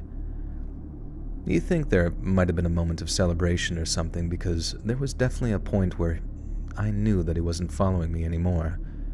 But instead of stopping and calling the cops or something, I just kept running and running until I was completely and utterly spent.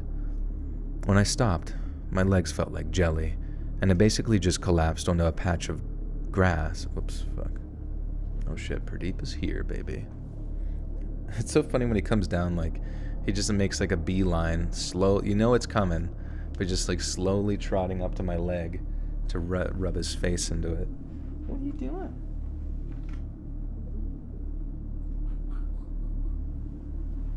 He just wants me to smush him a little bit. Give him a little bit of smush.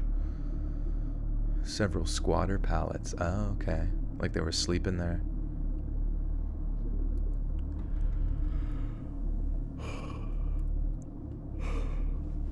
That'd be funny, like, because you always see on like girls OnlyFans stuff where it's like I'm in the top 0.01% of OnlyFans. It'd be funny. I'm in the bottom 99% or whatever.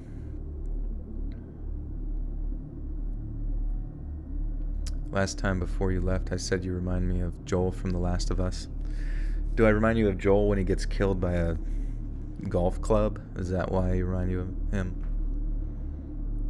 I am Joel post golf club killing.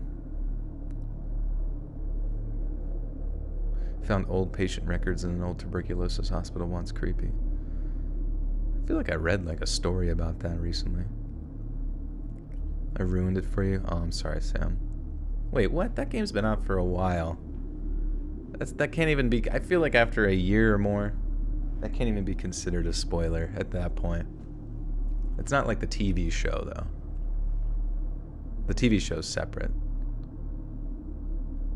No, it didn't happen in the TV show. It's in the fucking...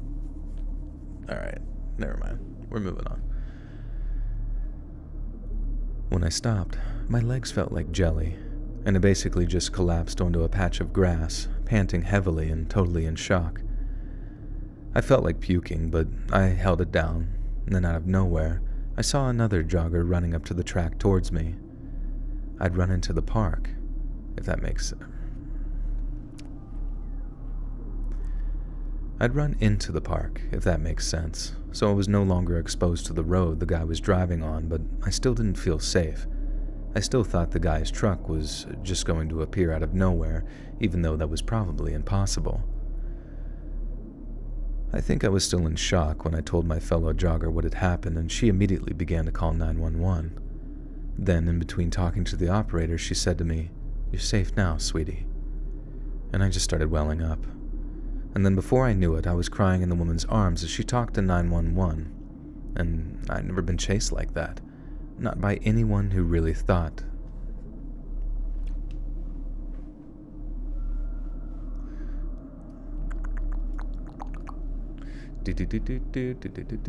I'm sorry if I spoiled that for anybody. I apologize.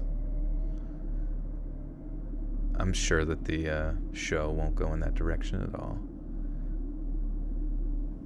His legs were like linguini. Charlie Murphy.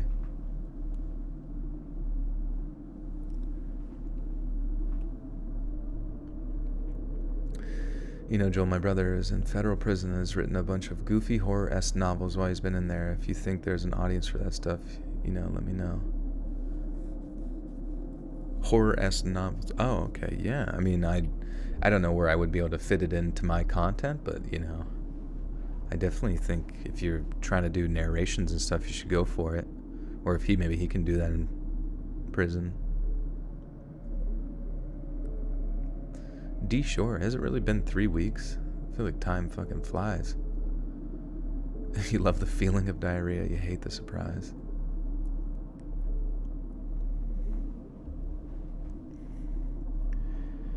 Then, before I knew it, I was crying in the woman's arms as she talked to 911. I've never been chased like that. Not by anyone who I really thought was trying to hurt me anyway. I didn't know I could even get that scared. That out of your mind, kind of terrified that you can only remember in still frames afterwards, like your brain is trying to block it out. I tried to pull myself together as quickly as I could, and for the longest time I lied to myself and others about how much I let it affect me. I stopped running as frequently, confined my cardio to treadmills and ellipticals, and it had a terrible effect on my overall fitness. I didn't change my calorie intake either, in fact, and I think I ate more due to the stress and trauma, like my body's way of stopping it from happening again by making me too unfit to run.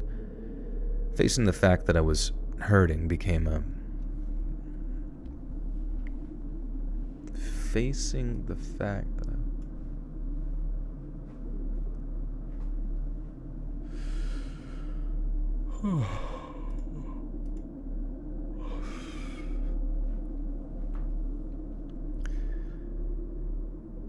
Facing the fact that I was hurting became a hurdle all unto itself. I didn't want to admit to myself that some random psycho had instilled this terror inside of me, but he had, and as one doctor phrased it, I was, quote, having a perfectly normal reaction to a very abnormal situation. I made some quite large strides in my time before I moved back to Hartford, and I didn't run any kind of long-distance outdoor routes until I got home again. The cops basically made it clear that without any kind of ID on the guy, there was nothing they could do about it. And even if they could, they would only be able to book him for threatening behavior or something along those lines. If I had... I don't know why I like saying words like, any like phrase that has like have, or like blends the words something and like I'd have. I don't know why, it's just like fucking hard to enunciate it. Maybe you could link up with Meat Canyon and do some voice acting with him. That'd be cool. Funnily enough, I think I emailed him or like DM'd him saying that I would love to voice stuff, but I mean, he does most of his stuff in-house, I think, or like with his friends and whatnot. And that's the thing is like unless you become like tight with these people, whenever there's channels that are like bigger than you, the dynamic that I've noticed is that like unless they're like fans of you per se, or your size and notoriety is large enough to like garner a degree of like promotion, it's really hard for them to justify a sense of like collaboration, which I totally understand, but I mean, I think that would be a lot of fun because I love his projects, are fucking hilarious, and he's actually really, really funny on his like live streams slash like side YouTube channel called like Papa Meat. If you enjoy these streams, you should go check him out because he's really fucking funny. If you want a good jogging pistol, see if you can manipulate a Kel-Tec P32. It's the lightest centerfire auto, period. I mean, would it... When you say jogging pistol, do you just mean like something that's ergonomic to the body, or is it the... Wouldn't it be more important about the holster that you have? But if God is on your side, they kind of have to collaborate with you. You know what I'm saying? Exactly. That's what I'm saying. I have to like I should say that to them. Like, if you don't do what I tell you, God will fucking cut your head off, probably. I think. Would I collaborate with a channel smaller than mine? Yeah, I mean, I definitely would if it's like, if the project seems interesting to me. But yeah, there's a lot of like, you know, I've had, like, I feel bad. There was like this narrator that when I first, oh, your hand is the gun holster? Oh, I thought you were like talking to like you're jogging and it's like just comfortably on your body or something like that. And I was like, I don't think the pistol, I mean, certain larger size pistols would probably get in the way, but I don't know. I mean, I guess it really wouldn't, because I mean, you think about the cops, like they have their fucking 9mm. I'm on a mission from God. I am on a mission from God to get as filthy large as possible. And this is his intent for me, to be just massively, insanely as big as PewDiePie. I'm going to move to Japan. I'm going to marry Marzia. It's going to be fucking awesome. I'm going to just take over. This is what God intended. And if you don't like it, you get killed. By him, not me. But, you know, I am his instrument, so I'm just kidding. Filthy large. Yo, what's up? I'm kind of filthy. Oh yeah, shit, we're almost done with this story. Here we go. If I'd have chosen to go running around that same park again, there's a chance the exact same thing would have happened. Like, wait, did I miss something? And even if they would only... Oh, I see. If I'd have chosen to go running around that same park again, there's a chance the exact same thing would have happened again. I guess I'm trailing off the point here and straying into topics that are way too complex for just one person to figure them out. I just hope that one day, lone women can enjoy outdoor exercise without having to think about their safety like that. But I also have a feeling that day won't ever come. Not in my lifetime, anyway. Jesus is Lord, or Joel is Lord. Oh, I was thinking you were typing Jesus is Lord as you like just got pizza, so you had like a big handful of fucking pizza dripping cheese. You're like, Jesus is Lord. Hi, Pradeep, what are you doing? What does it mean when a cat rubs its face in your leg? Does it want something? PewDiePie and Marzia are having a kid. I'm happy for him, man. That's fucking awesome. It's a weird feeling though, because it's just kind of like, I don't know. It makes you think like, shit, man. Everybody's growing up and doing fucking grown-up shit, like reproducing and whatnot.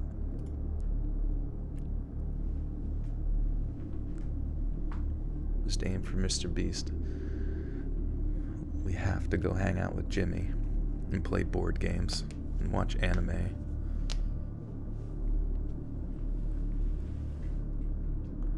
Has anyone... Wait, hey, anyone want to join me visiting abandoned places? How about you? You mean you're visiting abandoned places? Please do be careful. Don't get tetanus. Judith, see you later. It's marking me? Pradeep, stop marking me.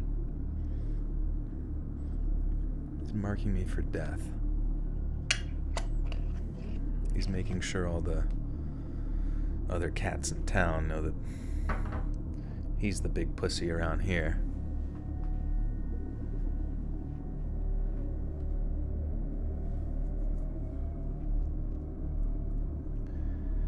The summer after I graduated high school, my mom helped me get a part-time job at a little diner about 4 miles from our house. The pay was a whole lot, and I was putting away almost everything I could in the hopes of... The pay was a whole lot? Oh, I guess that's what it says. The pay was a whole lot, and I was putting away almost everything I could in the hopes of buying a second-hand car before the end of the summer. I didn't spend a single cent unless it was necessary, but since my shifts tended to end pretty late, it put me in an awkward position. Spend a chunk of my wage on a cab fare, which was going to be way higher at the time of... Oops.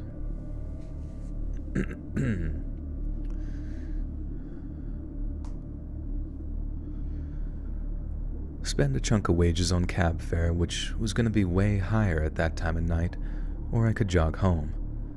Now, I wasn't very athletic at all at this point, but the need to save money made it real convenient time. Dude, what the fuck? I can't make it through one paragraph.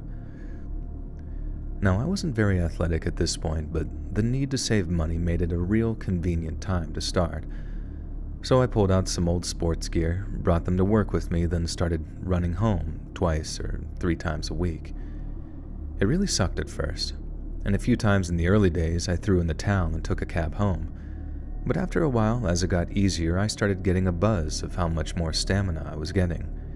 It got to the point where I'd time my runs on my Casio stopwatch, and sometimes I'd make a game of trying to run the fastest time I could. Part of my route involved cutting through the middle of this big piece of parkland, and I mean right down the middle too. And the first few times, running through there at night was just really creepy. It got less scary as time went by, as the place was mostly deserted by the time, and...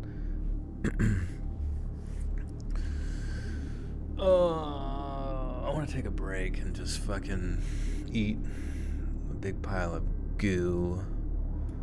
Alright, it got less scary.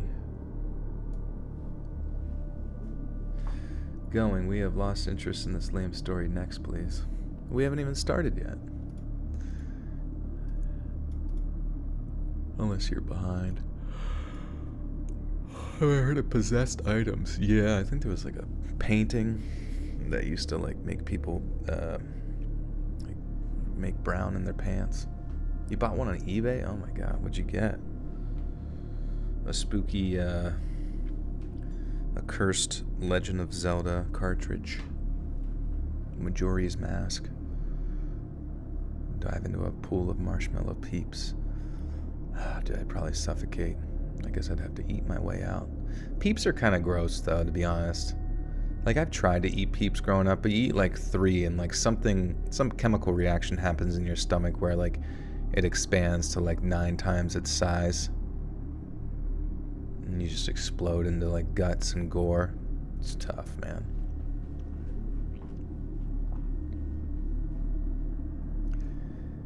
It got less scary as time went by, as the place was mostly deserted by that time, and it wasn't in any gang territory or anything, but even so, I'd take out one of my headphones before running through just to be safe. Then one night, right as I was getting pretty comfortable running through the park, I heard something that turned my blood to ice. I'm about a third of the way through, and I hear this ear-splitting, blood-curdling scream coming from somewhere in the darkness. Because I'd taken out my only right headphone, the chocolate-covered Peeps? I never tried those. That sounds kind of yummy. Tater tots would be awesome right now. Don't fucking tempt me. Don't tempt me. With the tots. Napoleon, give me your tots. You ever notice a difference in your energy when you fast? Like you feel more lethargic or energized? I guess it depends. Like, I fasted all day today, but I'm kind of used to like randomly fasting for 24 hours or more, to the point where I don't really feel lethargic per se. And there are times actually where I feel more energetic, where my body's not really busy digesting anything. So if I were to like do exercises, I almost feel like more light on my feet or more nimble. I think the best feeling from fasting is just like feeling not bloated, you know, like not bloated from food or whatever it might be. And you can, I don't know, you have a day where you just feel a little bit more sexy. get my wings. Oh my god, I want some. You rarely feel hungry. I guess that's kind of good. I mean, as long as you're staying nutritionally healthy.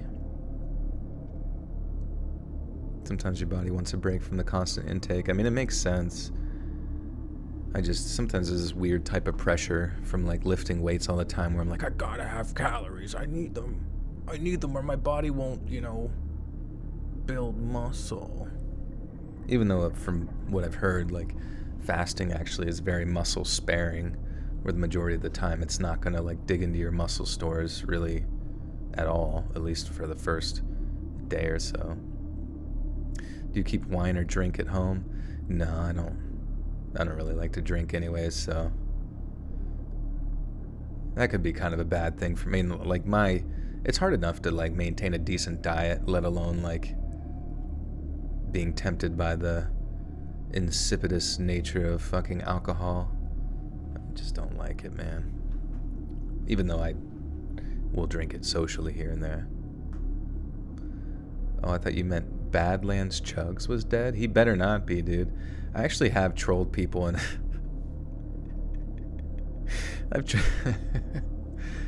like there's been some streamers, they watch Badlands Chugs videos and I was like, did you hear that he just passed away? I'm like, no. And then it's not true because I'm a fucking lying piece of shit. But and then sometimes we're like, isn't it crazy that he's only 24? And then they're like, what? He's only 24? That's crazy. I'm like, I know, dude. It's all that chugging. It ages you. 52 days with no drinks for you. Nice, that's awesome. I'm such a Gemini. Well, you're such a criminal. And you're going to fucking the space prison, wherever they put astrologists. Put magic witches. Space witches. I hate to fast too long. You forget your stomach size and you want to eat more, but you can't. That's true. Yeah, it does kind of shrink a little bit, which feels kind of good. You're 54 tomorrow, Ted? Well, happy early birthday to you.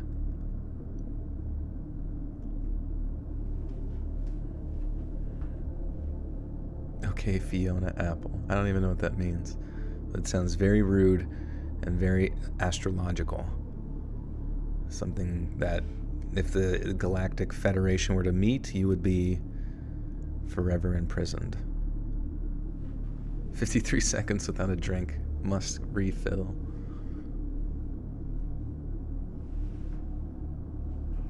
Your body utterly rejects alcohol now, so it's no more drinking for me. Well, there you go, Hannah. I thought you were just like beginning your alcoholic arc. It was helping you build character. So when you were at your rock bottom, God would grasp you. Will give you a good grasping. Pull you out. Because I'd taken out my only... Because I'd taken out only my right headphone, and the sound was coming from the left side, at first I couldn't tell where it was coming from, and that...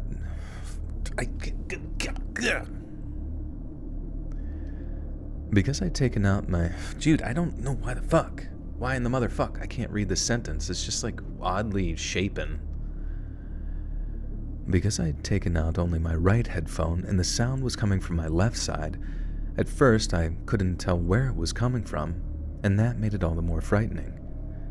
I stopped in my tracks, pulled the other headphone out, then just stood there under the streetlight, extremely freaked out. I remember kind of pulling myself together and telling myself that it was probably just a fox or something, because they make incredibly creepy wails at night sometimes, I'm sure you know.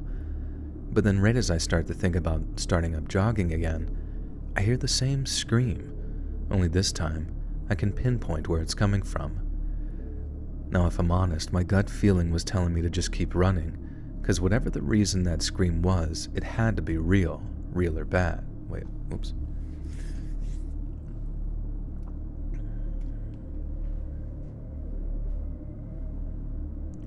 Joe, I just left a toxic workplace for good. I feel a lot better. Time to focus on me and my small business. Nice, that's awesome, yeah.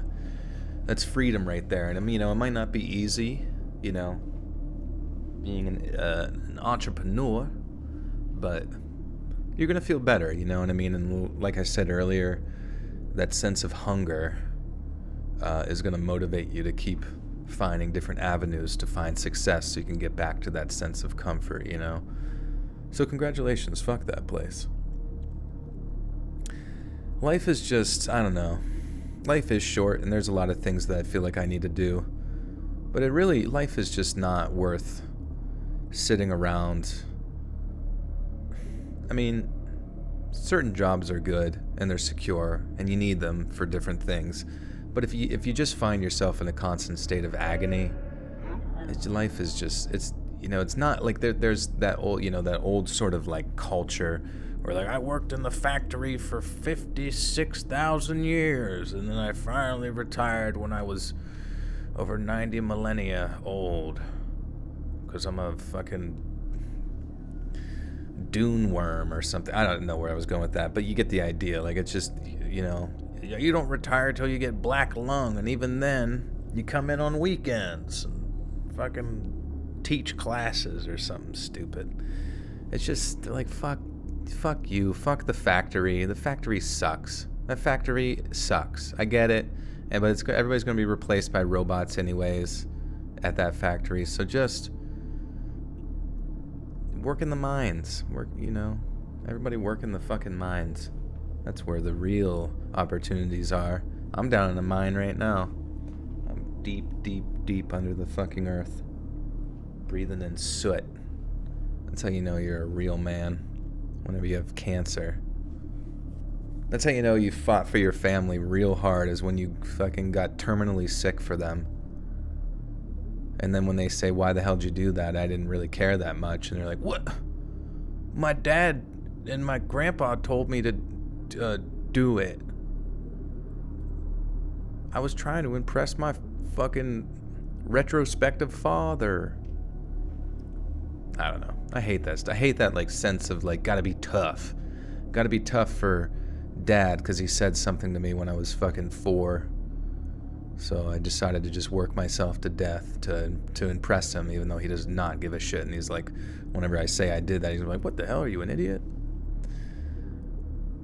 Ania, hope I'm saying that right. Thank you for the big 20 bucaranos. Thank you for your channel. You're awesome. Thank you. I hope I'm saying that right. Ania. How about the derailment of the chemicals and the late response of the government? It sucks, man. I don't know. It just sucks. It's just like, what can you... The government doesn't give a fuck about you. They just pay the media to say whatever the fuck they want to say. Every story gets buried. It's all bullshit. It's like money wins. Money's always going to win. The best thing those people can do is probably run the fuck away, run away from there, sell their house, even though nobody's gonna fucking buy it, lose 50% of whatever equity they had into it. I don't know, man. We live in a fucked up world. Say rural. Sir, going blanky mode. Dude, all of those fucking, just like Joe Biden, Trump AI, like the AI voices where they're like playing video games together and shit, or it's just like Biden talking about like some dank pussy destroying kush. Like that shit's so fucking funny, and I'm like, in many ways I'm scared, and the fact that I feel like I'm going to be replaced by like AI robots soon, like very soon probably. But at the same time, if it lets us have some like really top quality memes where Joe Biden is talking about like blacking out to some space green, I think it's worth it in the end. Everybody losing their job. It's rural, not rural. Well, you see, potato, you stink. I don't think it's rural. It's rural. It's R-U-R-A-L. What are you fucking talking about? Rural? I'm looking it up. I'm proving everybody wrong here. Rural. What? Rural. No, that's fucking, if you're from the UK, you can say rural. Rural. But I'm not. I'm fucking free. That's what I am. I'm an eagle flying in the air. And I say rural. Roar. I roar my alls. I roar like RuPaul. Rural. Wait, rural. There it is. I found one. And she was from the United Kingdom. Eat my ass. Alright, what's this one? American. Yep, American accent. Rural. We fucking roar out in the country. You feel me? We're the goddamn mountain lions. The panthers.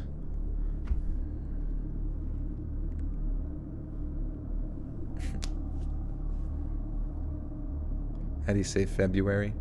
February. I just say February. I don't say the February. February. February. It's my favourite month, Harry. It's February. 'Cause of Valentine's Day. And, Beans on Toast Day is in there too at some point. I forget when. February.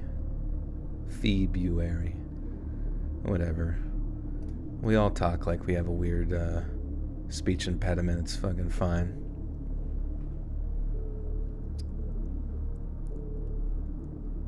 Your dad says sang Twitch. Yeah, dude, listen. Accents and fucking words, they change literally from county to county and from generation to generation. Like, I know old people around here, they say wooder. Get a glass of water and let me wash up.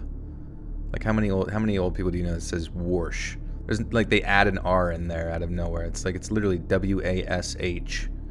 Where are you getting that additional letter? I'm gonna wash your ass after I eat it. Sorry. A wash rag, yeah. I'm gonna wash the dishes. I'm gonna wash the blood off my blouse.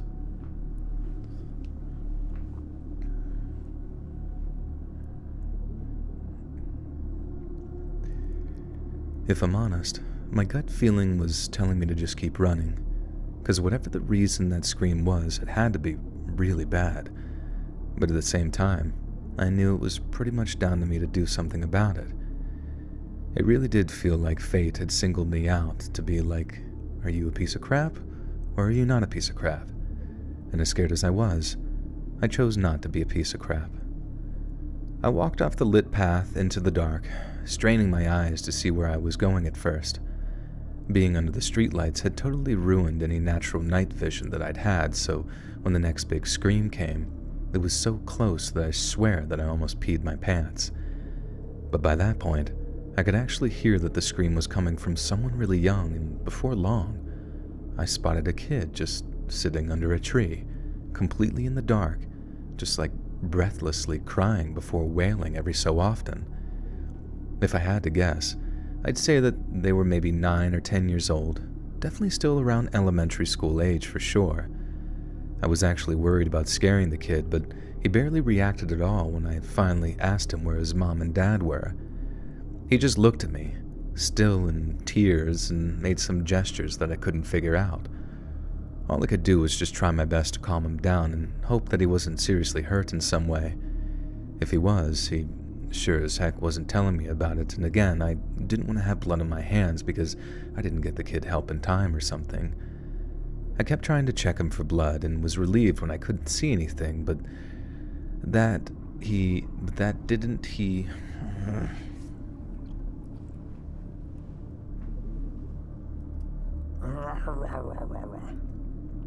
Archie, what's going on, dude? It was pretty funny the other day. I was playing Overwatch, sadly. There was a guy on my team named RJ Duck. His name was RJ Duck, and he was really fucking bad. He was a DPS. I think I was a DPS, and a friend was on tank. And me and him on the DPS and tank, we were kind of carrying, and we like destroyed the other team. And I don't know why I typed in the chat. I said, "Get rolled by RJ Duck and Associates." And then someone did like an arrow up, and then somebody else did like a double arrow up, and they kept doing arrow ups, or whatever. And then then the next match we played again, and RJ didn't do very well, but I could tell he was probably new or something. And then we won.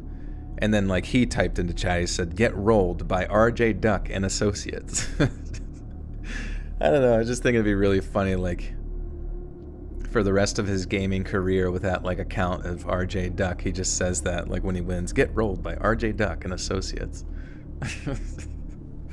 It's fucking stupid, but it's funny. It's nice when you can get everyone all riled up. I like to start a borderline insurrection on the internet. Just kidding. You could end the stream with the RJ Duck quote. Remind me. Remember, get rolled by RJ Duck and Associates.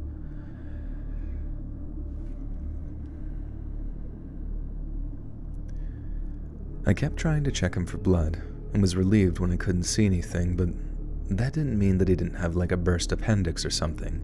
You see where I'm going with this, internal injuries and whatnot. When I finally get to the kid to the point where he can talk to me, I try to break the parents' question down into two parts.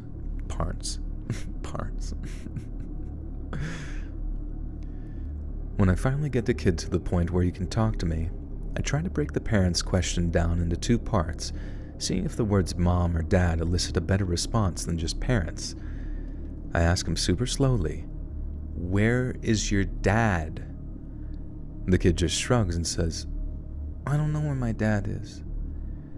And then I ask him where his mom is real slow, and get this.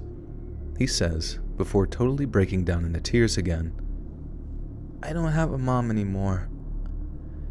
Now in the moment, there was a part of me that thought maybe it was all just a childhood. Oops. Now in the moment, Salvo G with a 5 says, "Hey man, been watching for a year. Very curious. How was your first few years on YouTube? Was it slow going or did it pop off?" It was slow going, to be honest with you. It was. I would honestly say all the way up to 25,000 subscribers. And believe me when I say that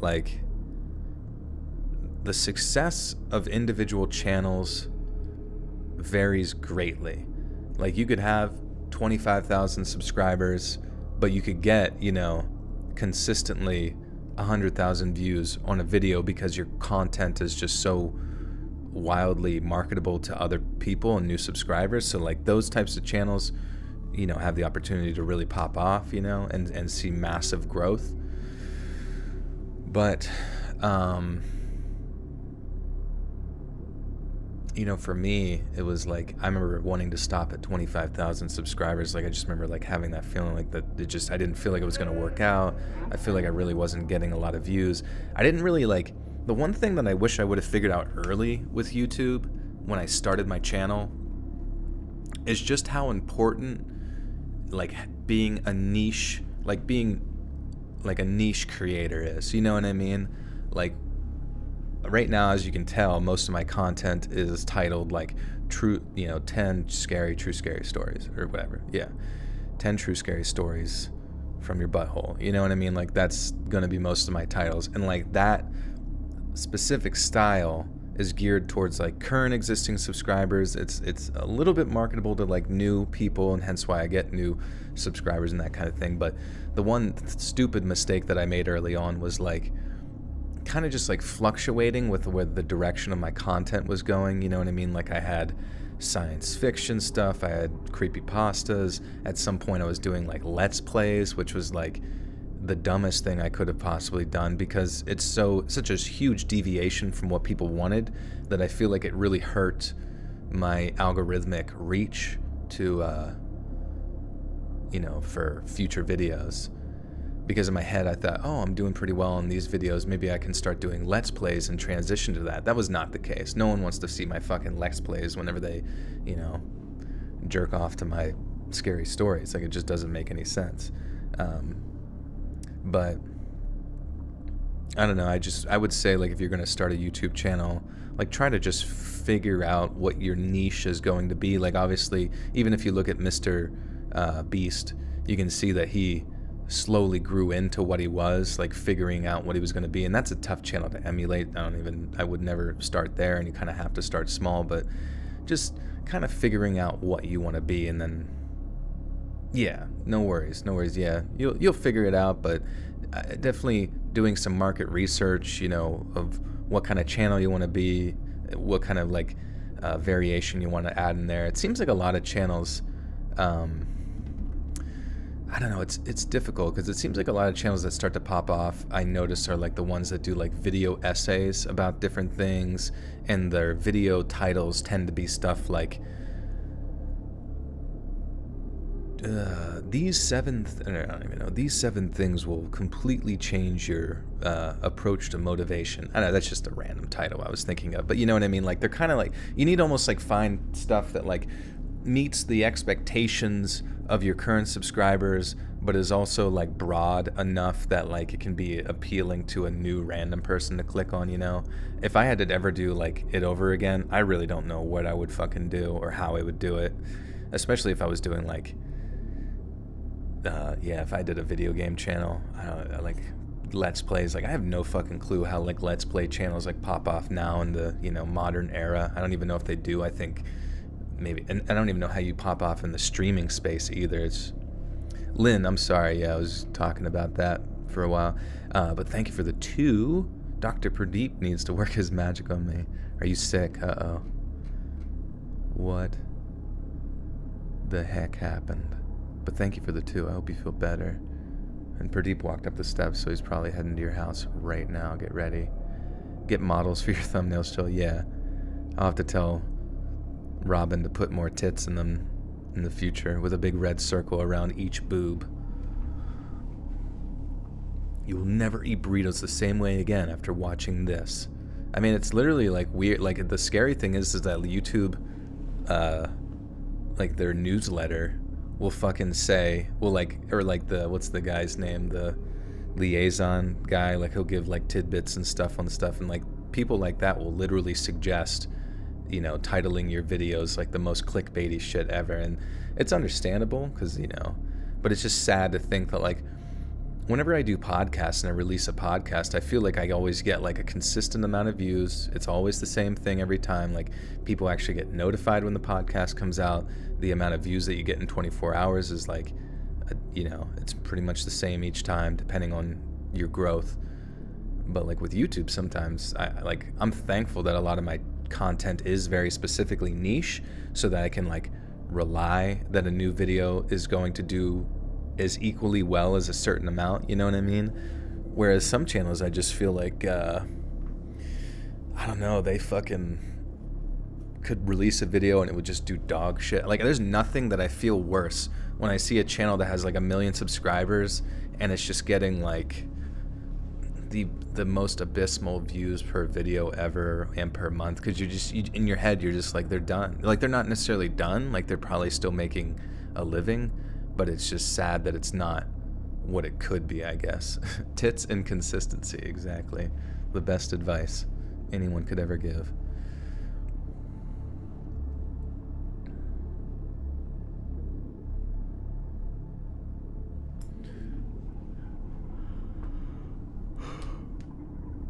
Casey, I can't. What did you say? Do it? Look what I sent you? I can't look at what you're sending me on Twitter? Yeah, I can't really look at stuff right now since I'm in mid-piss stream.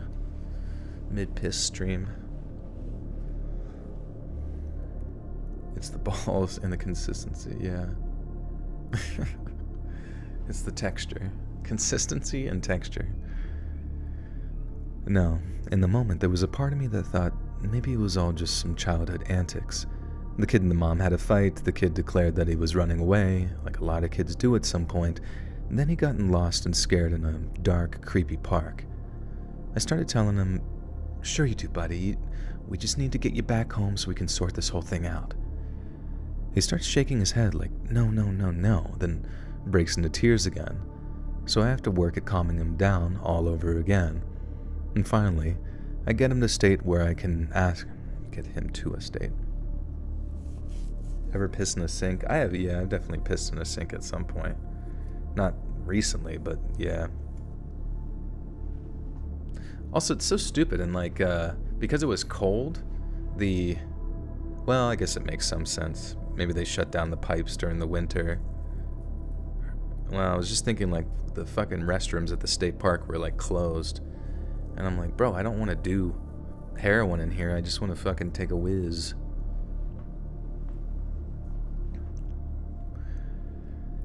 Finally, I get him to a state where I can ask him if he knows where he lives at, and the kid says, yeah, he does. I then ask him to show me, and after a little convincing, he gets up, takes my hand, and then starts leading me off towards where he lives. The first sign that I realized something was really wrong was when the kid basically led me across the street to his house. He wasn't lost, and when we got closer to what he claimed was his front door, I saw it was wide open. Right away I'm thinking, uh-oh, because this isn't exactly like taking the kid to the front desk at a supermarket. I have no idea what had happened in that house, and to know that the door being open at like 2 a.m. was definitely not a good sign. First thing I do is walk the kid away from the house into a neighbor's place. I was worried that this might freak the kid out more, but he didn't freak out. He just kept on sniffling, probably just in shock at that stage. And this is right after my parents bought me a cell phone too, mainly for emergencies, so as I'm hammering away at the neighbor's door, I'm also calling 911 to let them know that I thought something really bad had just happened to this poor kid. The neighbor had opened the door, armed by the way, and he had heard the whole exchange with the dispatcher. They got the kid into their house, then totally against what the dispatcher had told me, which was to stay away from the kid's house if there was a suspected violence situation going on, the neighbor comes back out, strapped up, and runs over to the kid's house. I'm telling the guy to stop, knowing that if the cops just show up while he's still inside, he could end up getting shot. He just told me to... Pradeep's taking a shit right next to me. Not next to me, but in the fucking laundry area. He's just shitting on a big towel or something.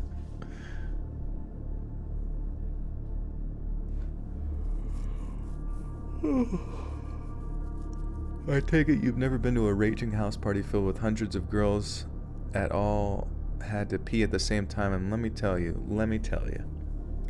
you're telling me that the whole place was just flooded with urine. They couldn't hold it in. Turd deep. He buried that turd deep.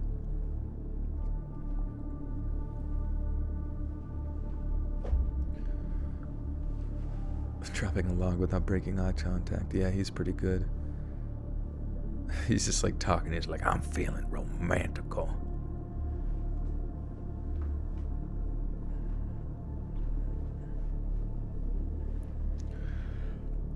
Oh. That's when you go outside and pee? No, because the scary thing is if you go outside and pee and you're squatting, it doesn't happen to guys because it takes too long, the stream's too long to go up, but like if you're a girl and you're squatting and peeing, it can, the frost from the ground can freeze the pee up into your vagina, and it's just not good, man. Take my word for it. He just told me to tell him that he was inside if they showed up. Like the cops don't... He just told me to tell them that he was inside if they showed up. Like the cops don't just shoot first and ask questions later if someone has a weapon, and then just went ahead and crept inside, gun drawn, like he was friggin' John Wick or something.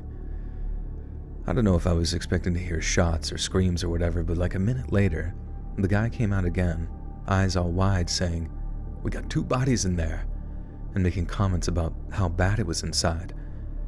And that's when I realized that when the kid said, "I don't have a mommy anymore," he really meant it. I think he'd actually witnessed whatever had just happened, but was just too messed up to actually say it. After a while, the cops showed up. I told them what I knew. Then my part was all played out. They were more interested in talking to the neighbor who had gone into the house, just so they could get an idea of the layout.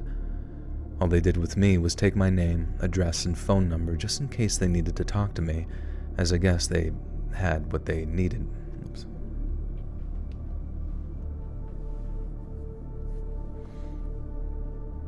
I'm over here stroking my dick, got lotion on my shit. I'm a freaking man, like for real. I'm a freak man, for real. I love those fucking memes where it's like, and here's what King Tut sounded like 2,000 years ago. I'm here stroking my shit. Got lotion on my dick. I remember I tried putting like that audio into a video at the end of, I was like, and remember. And I was hoping it would do the stroking thing, but like, for some reason my like render kept like glitching, so I never got to do it. Or like it didn't render that part for some reason. And I was thinking maybe it was a sign from God that it's a good thing I didn't do that, because maybe YouTube would demonetize me, or maybe somebody would become a stalker out of nowhere, pissed off and kill me. Or I don't know. You know, you just, all the typical things that go through a YouTuber's head mind. All the superstitious insanities that constantly blaze through my head 24/7.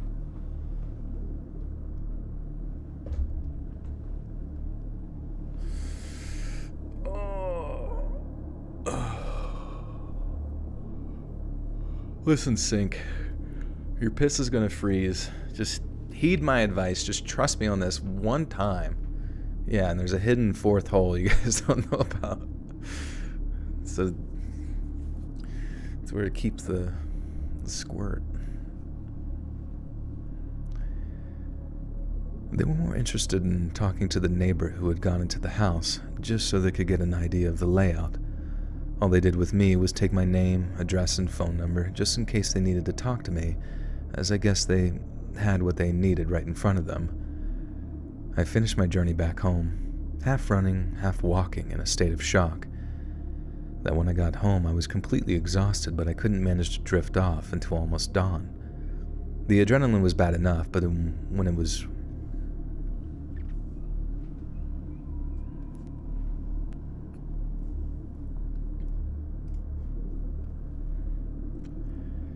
The adrenaline was bad enough, but when it was wondering... What is this saying? The adrenaline was bad enough, but when it was wondering what was... When I was... But when I was wondering what was going to happen to the kid, that got my mind... Okay. Is it cold in Pennsylvania?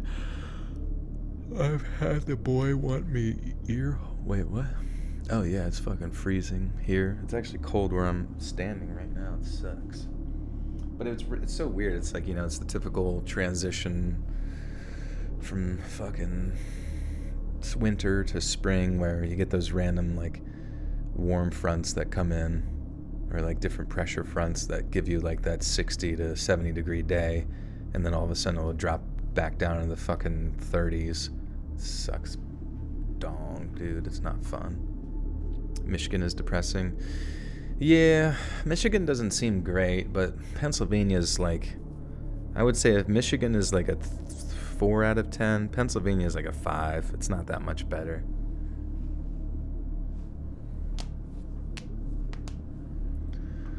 Okay, mission start. You have horrible government there. Yeah, isn't it weird? Like, I wonder if there's like a way to just, like, the most, like, if you know, like with the United States government, we have like 3 different branches: the executive, Jesus, what's wrong with me? Congress and the Senate, you know. And it's like, I wonder if there's like ideally a form of government where you have like 5 different branches or something like that. You know what I mean? I'm just thinking out loud. I don't give a shit one way or another. You know, I'm just here to make my money and die like everybody else. But like, I'm just thinking to myself, like, what if there was like 5, yeah, sorry, executive, legislative, and judicial. I don't know why that, well, I guess, yeah, you have the Supreme Court as well. Or is the, wait, am I an idiot? I am an idiot. I see, I'm making myself look like an idiot. But yeah, you got executive, I assume legislative covers Senate and Congress, and the judicial would be the, man, that's so embarrassing. Let's ask ChatGPT. They're gonna say, hey, you fucking idiot. What is the judicial branch of government. I mean, I believe that's the... Well, I'm not even going to say what I believe it is because it makes me sound like a dummy. So let's pretend I didn't say anything. Yeah, the Supreme Court's the judicial. That's what I thought, but like for some reason I was thinking, I mean, it wouldn't make sense that, but yeah, legislative with the judicial branch of government is responsible for interpreting laws and the administration of justice. One of the three branches of the United States government, allowing it the executive branch, which enforces the laws, and the legislative branch, which makes the laws.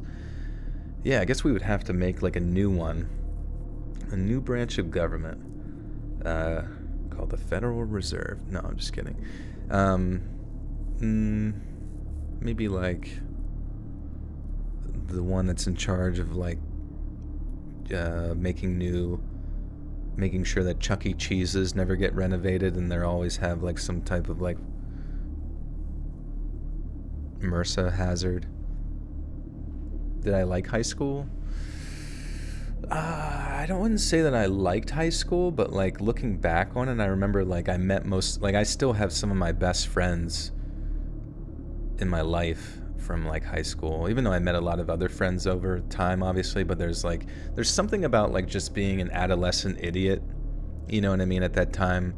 And if you can make friends in that sort of span of 4 years that you can feel really comfortable around, not to say that you can't make those in college as well, but you might lose touch with them.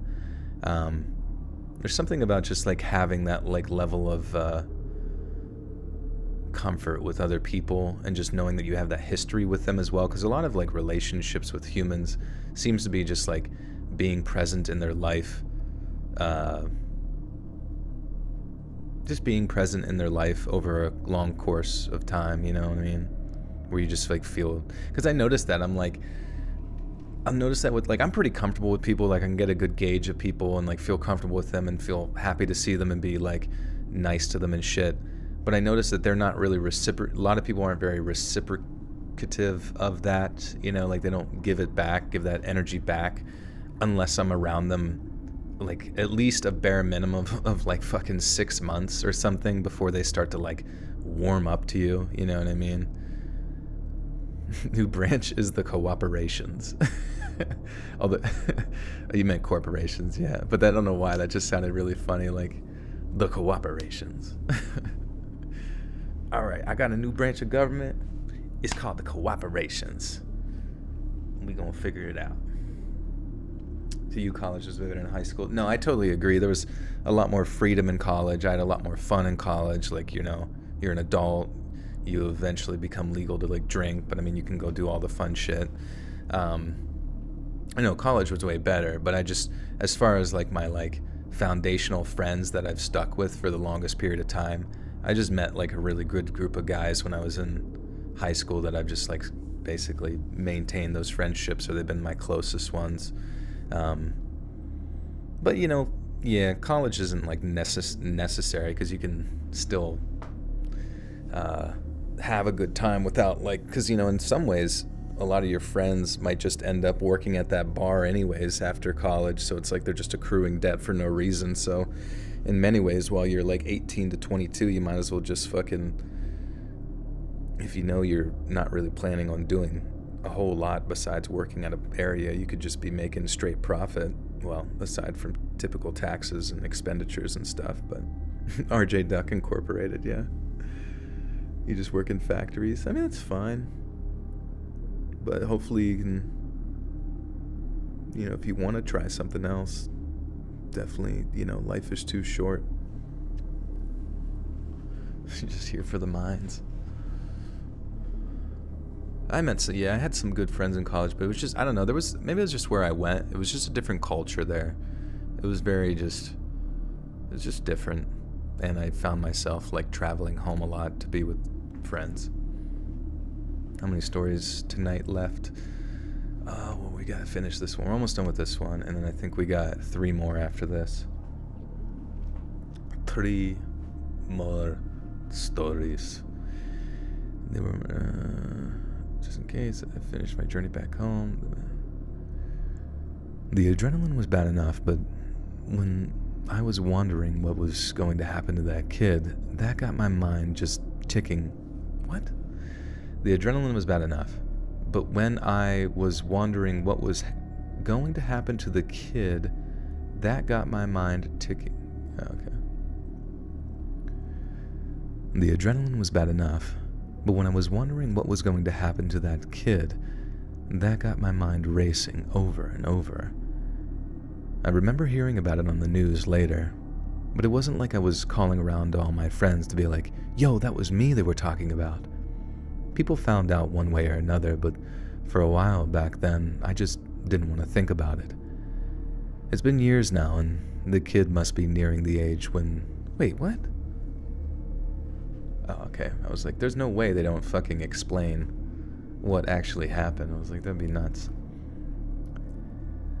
It's been years now, and the kid must be nearing the age I was when I found him that night. I hope that he's moved past what happened and managed to make a life for himself somehow. But if that kid really did witness his mama getting shot by her boyfriend, all before he turned the gun on himself, then I don't know if there's a kid alive who would come back from seeing something like that.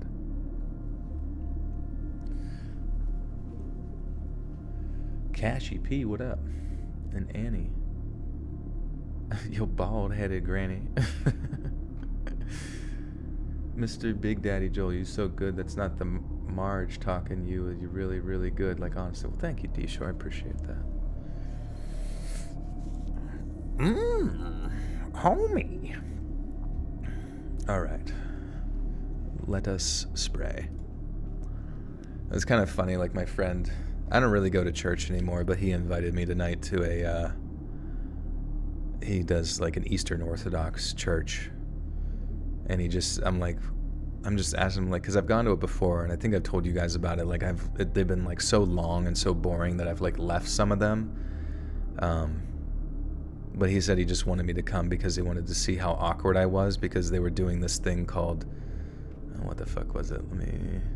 Orthodox Forgiveness Vesper, which is like some sort of, it's like leading up to their Lent. They have like a different Lent day or something. I don't really know much about Lent or anything like that, but he, like, it was just interesting. I mean, like, I don't know, they sing all their stuff where they're just like, and then we're gonna sing the song, and hopefully after this we'll have some snacks, but probably not, so just be sure to stand for fucking 10 hours straight and be jealous of the little kids who get to play with toys on the floor while you have to sit here and do little signs across your chest because everybody else is doing it. Even flow. That'd be funny if they sung like buzz ballads. Anyways, but then at the end, the thing he wanted me to be there for, because he just thought it would be funny to see my reaction to all of it, was like they go down the line of like doing a bow, shaking the hand, and like kissing each other on the cheek like 3 times, and like saying like, I beg your forgiveness and you are forgiven by me, or something like that. You know what I mean? It's like a day of forgiving everybody, but you like go through a fucking line of basic. I mean, like they don't like, so it was kind of funny because like the priest actually kissed me on my cheek, which felt kind of weird because I'm like, geez, that one was fucking sloppy. But then eventually you go through the line of like bowing and fucking kissing, and it's pretty much a big orgy at that point. No, I'm just kidding, but it was interesting, you know. No cross on the head. I mean, I don't. Oh, you mean like with the dirt? Like they use like ash and the ash thing. I don't fucking know. I don't know what was going on, but it was kind of funny, but it was interesting too because like I'd not met many of those people, so like it was just funny. I'm like, this is a great icebreaker when you're just like legally bound to like make out with somebody. It just makes life a lot easier. Whenever you get to know them later, you're like, oh, I remember you at the kissing the kissing line.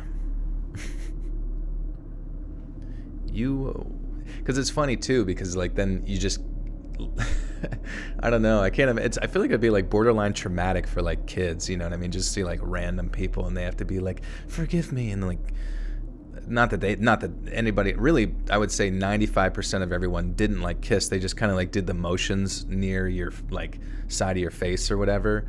But like there would be that random dude who just like, he goes all in. He's just like licking your interior ear canal, making sure he gets out all the wax. I was like, I wonder if they did this during COVID. This is where it all started. Did I kiss anyone cute? No cuties. Making church candles with the wax, yeah.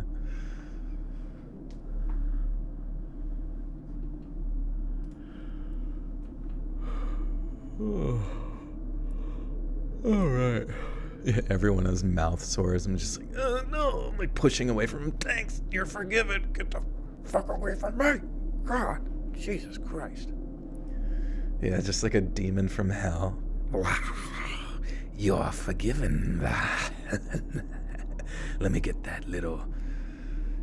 You got a little schmutz. You got a little schmutz on your cheek. Let me get it. All right. You studied religion at uni. You're agnostic now. It's understandable. I'm in like a bit of an agnostic position myself. I mean, like I kind of exist in a sort of, when it comes to religion, like I think it's important that people like find their own personal spiritual thing, because it helps people a lot, and it's helped me. But I guess I can just describe myself as like in a state of confusion. In a state of confusion, it just, hepatitis C you in church, yeah. It's reasonable. I mean, how the fuck are you supposed to know anything about anything, That's kind of why they call it faith or whatever. But especially, like, I think those types of churches, the Orthodox ones, like, I know that they've been practicing those things for 2,000 years, so they say it's like the most quote-unquote pure thing to whatever their origin story might be. But at the end of the day, most of it's just sort of rituals and rites, you know what I mean? Which I guess is a very religious type thing. But to me, it kind of takes your mind out of it and is mainly just like repetitious motions and like sort of just going through the motions kind of thing. And it's not that I don't have respect for people that do that, but it just doesn't feel very authentic to the individual and their whether or not they believe something, like, because I could tell. You look at the kids who are there and they're just kind of all copying their parents. And at the same time, I guess that's really all we all do, in life, is just copy our parents.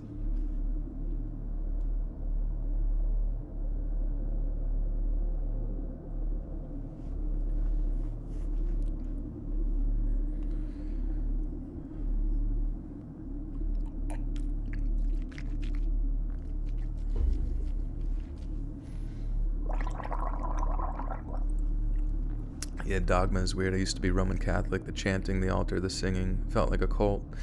Yeah, but it is what it is. And I was more involved in, like, I guess, like, what do they call it? Like, non-Catholic, like I was in like a Baptist church, but it wasn't like a Southern Baptist. It was just whatever we got up here in the North. And it was, everyone was real nice. There was a lot of conversations to be had, a lot of like fucking little guitar circles and bullshit like that. You know what I mean? It was a lot more contemporary crap. But I feel like it's funny because then people within Catholicism and like Eastern Orthodox churches, they'll sit there and say that type of shit it's not good. Like the modern man, like real, every religion's going to say they're the ones that got it right. Or they're going to be the ones to give you the tools to fight the devil or whatever. But I don't know. I guess at the end of, it's like you don't want to rob anybody of like hope or anything like that, because as they say, hope is sometimes the only thing people have. And I certainly don't want to do that to anybody. But at the same time, whenever your brain is, whenever you're heavily involved in just thinking a lot, you think a lot, you contemplate ideas, you think about philosophies, you consume a lot of just content that tickles your brain, it's hard not to deviate from the crowd a little bit. And I think that's healthy. Really, at the end of the day, I think it's healthy to be that and just kind of come to terms with death on your own time, and however you might deal with that, it's totally fine as long as you're not hurting anybody else,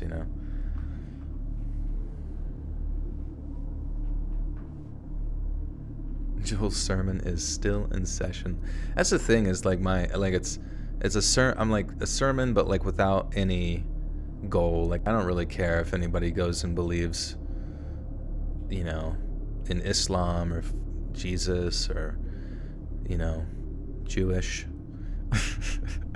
I just, just who fucking gives a shit, you know what I mean? As long as you're nice to each other and you can have a laugh and not get bent out of shape and all that kind of crap. It's important just to talk, just to communicate.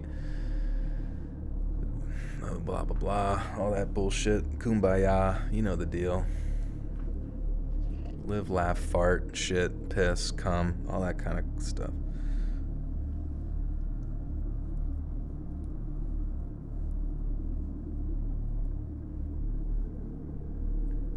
How we get from politics to religion. It's a family dinner.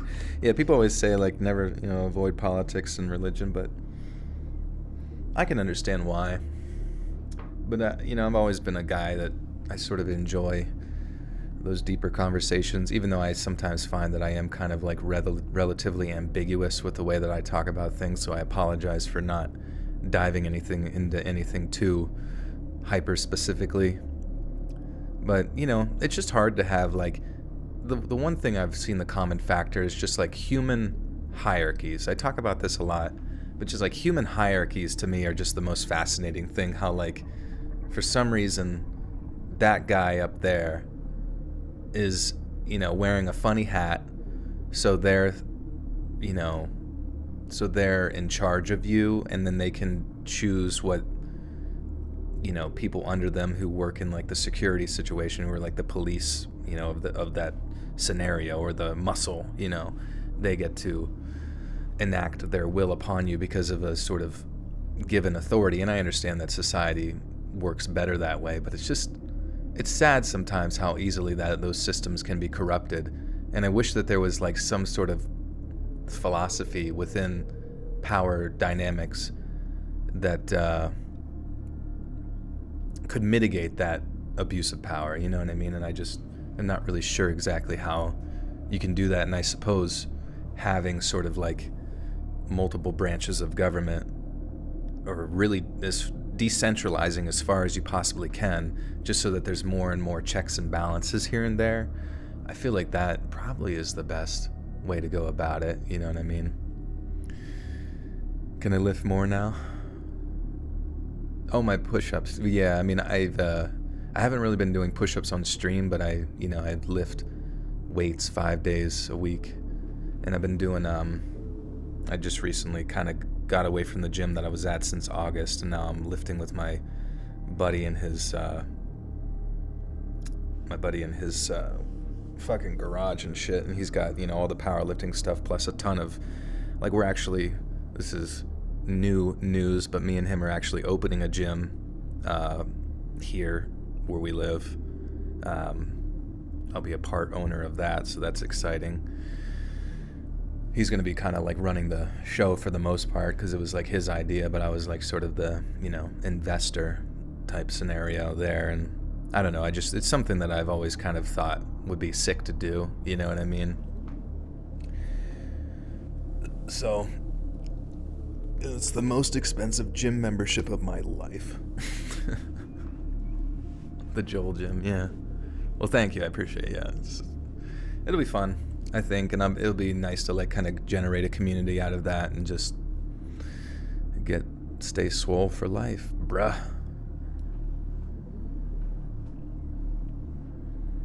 Boxing training, that'd be fun, yeah. That'd be cool, yeah. Maybe as it grows, because it's gonna be, you know, it's his idea, you know what I mean, and he wants to do sort of a mix between like a powerlifting gym / CrossFit style classes kind of thing, which I'm totally down with, you know. But I think it'll be fun.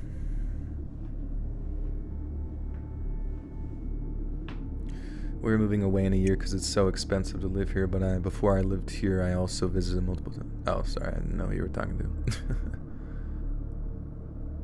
Hey, Connor, take care, my friend. What's the gym called?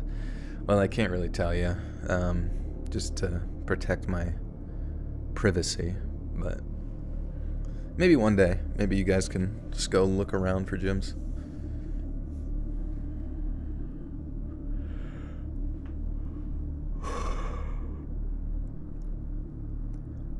What feels like a lifetime ago now, I was stuck in an abusive, manipulative, and highly toxic relationship. It's a story familiar to many other survivors. The details vary, but at the core, it's always the same. Girl meets boy, boy makes girl happy, girl marries boy, and boy turns out to be a monster. I value honest men, even the jerks among them, because even at their very worst, an honest man will tell you who they are, even if you have to read him through his actions and not his words. But a narcissist, especially one with sociopathic tendencies, is evil enough to know that they have to play at being Prince Charming right up until you're trapped. And sadly, that was the man I married. Getting into the abusive relationship is the easy part, and getting out is the opposite.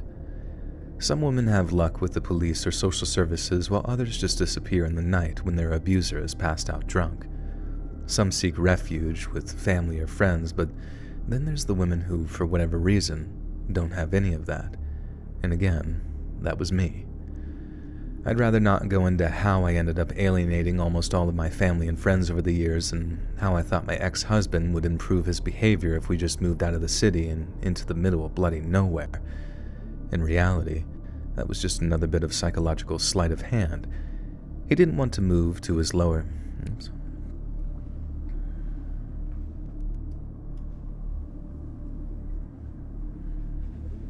We're gonna Globo Gym? Yeah, I wish. We're gonna start a dodgeball team, so get ready for that. You guys can all be on it.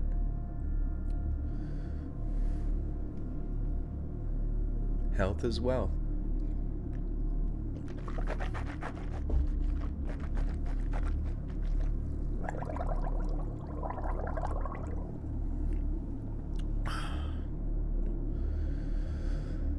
Oh.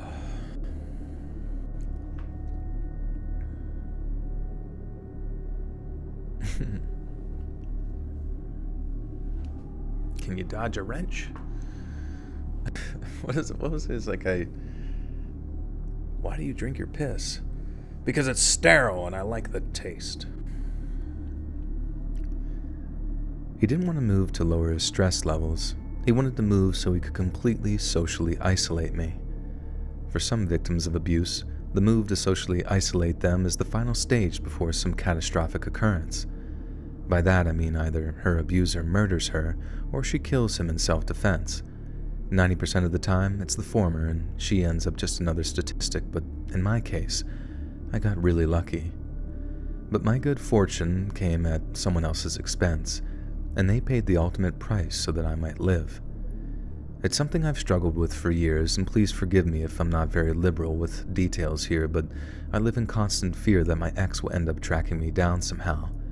But I suppose at this point I should just get on with my story. It started with some routine session of verbal abuse. Whenever I did something that my ex deemed wrong, he'd go into one of his moods. I'd had an argument with boyfriends in the past, but they're usually over and done with as quickly as they start, and there's always a bit of kissing and making up at the end. My ex, on the other hand, his anger would come in waves, and what would normally be a minor disagreement among other couples became an entire morning of verbal shellacking.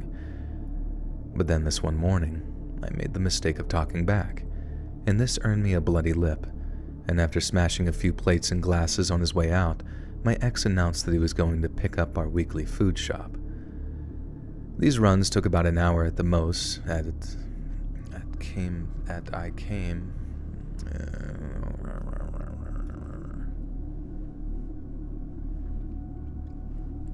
Can you wrench a duck?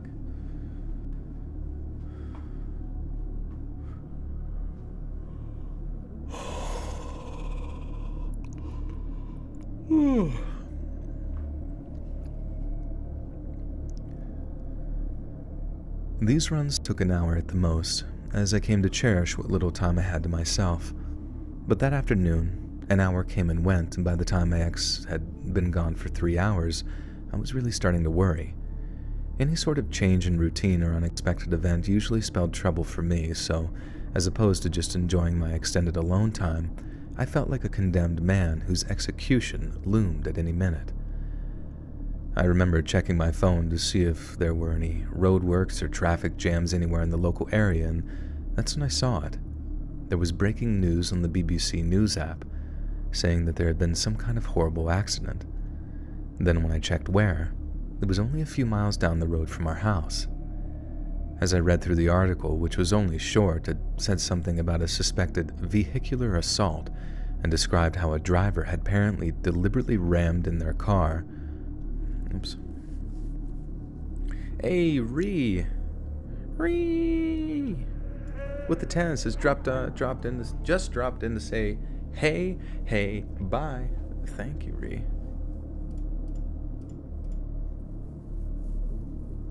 Appreciate ya.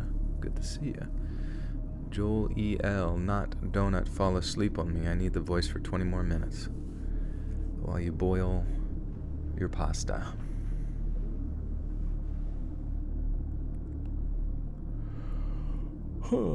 Guys, who's your favorite celebrity? Who's someone that you would worship? IRL, if they started like a colony on Mars or maybe like in Brazil or something.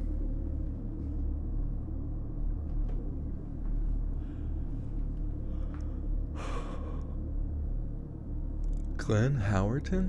Who the hell is Glenn Howerton? Let me look. I don't know why that name sounds so specific, but let's see. Glenn. Oh, Glenn. Yeah, I know Glenn. Yeah. He is the golden god. The golden god. With very small nipples, by the way. Chris Pratt, Gary Oldman, Dennis Reynolds. Oh, there you go. Two Always Sunny. Bernie Sanders. I don't really follow celebs. I think it's kind of weird. It is a bit strange, huh? Well, I wouldn't worship anyone but God, but I really like Steve Irwin. I feel like that should be a tweet. I don't know why. I wouldn't worship anyone but God, but I do really like Steve Irwin. Just so Sean Connery, Iana Del Rey, Selena Gomez. Oh, nice. There you go, Fry. Selena. Joel, a.k.a. Let's Read. Good. He's pretty cool. Steve is dead. Is he? What the hell happened to Steve? Will Smith. Wilhelm Schmidt. Chuck Norris. Ariana Grande. Is Ariana Grande dating Jim Carrey now? Somebody said that was happening. What other jobs have you had besides YouTubing? I was, my first ever job, so this is my job progression. My first ever job was in high school, and I was a checkout clerk at a grocery store / bag boy. And then after that, I worked at a bar as a door guy.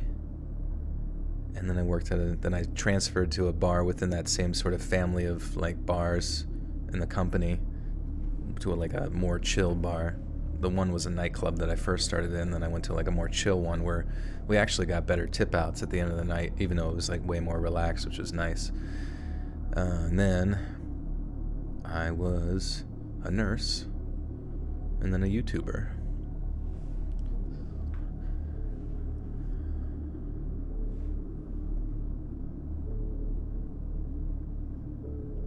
And then I was a stripper on OnlyFans. It's my future career.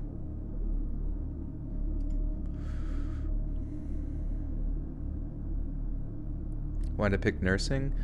I was kind of like a little bit guided in that direction because I initially was going to go to school. I got accepted into college for secondary education, so I was going to be like people were like, dude, you could be like a cool history teacher or something, and it's like, I was going to do that, and I got accepted into college for, secondary education. And the more I thought about it, the more I was like, I was like thinking about myself and how people in my, school treated our teachers, and just how the teachers, some of them seemed happy, for the most part, but it just seemed like hell, a little bit like hell, and especially dealing with like younger, just kids in general, you know what I mean?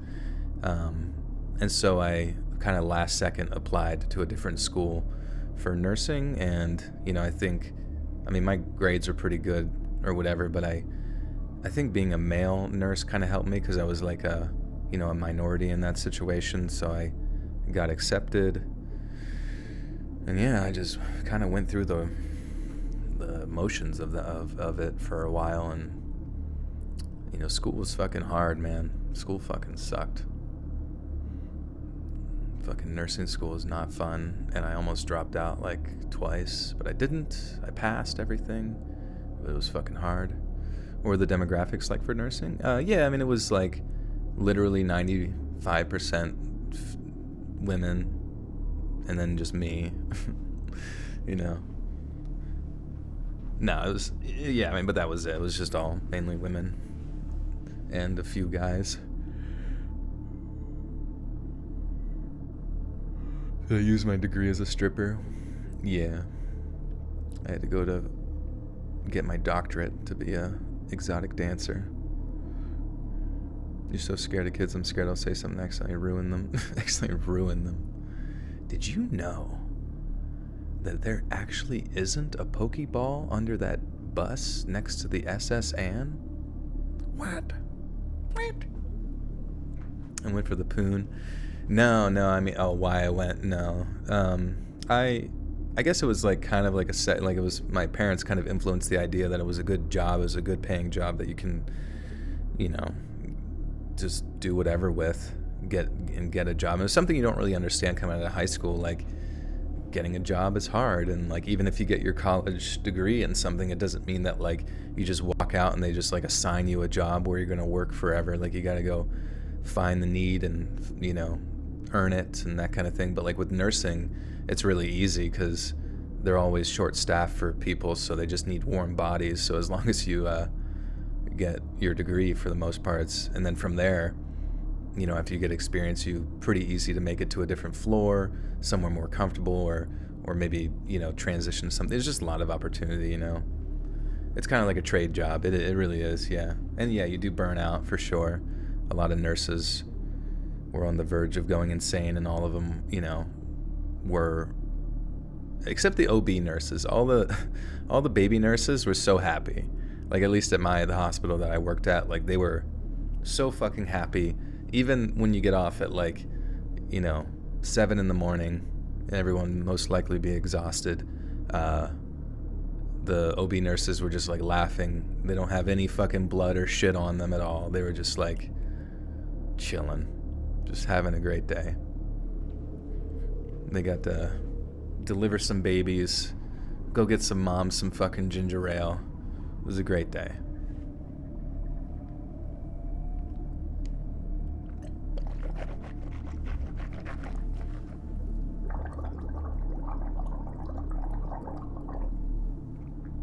Oh yeah, fuck. Wait, where's my... Oh, there it is. I was like, my throat hurts. Let me get my spray. I'm gonna coat my throat.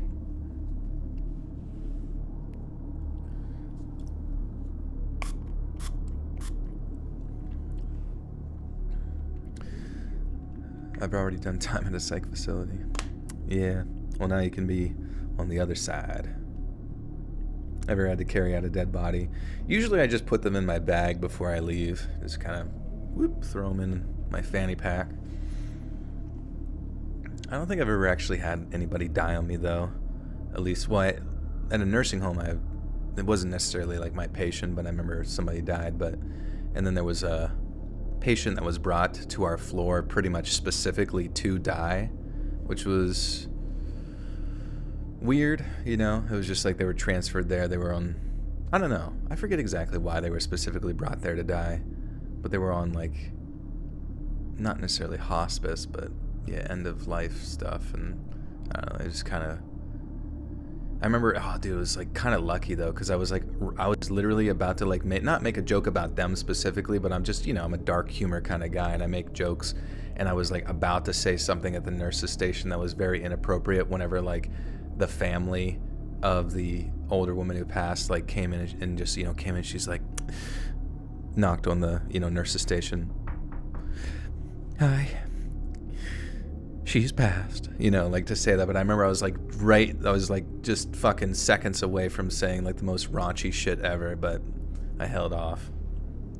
I was like, that would not have looked good in my manager when I most likely would have got reported for some stupid shit. Yeah, palliative care, sorry, I forget the words, man.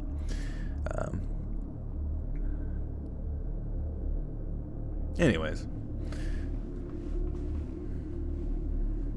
Joel, the good nurse, yeah. Yeah, none of the patients, it was the one weird thing about me being a nurse was like, they found a slew of most of patients related to me, or like my coworkers' patients would be smothered with a pillow after I would go in to like check their call bell. So that was a little bit strange. Was I a cute nurse? Yeah, I had the skirt and everything. I had little roller skates. It was fucking great. I had like roller skates with like needles filled with Dilaudid. It was awesome. My entire back was just like covered in fentanyl patches.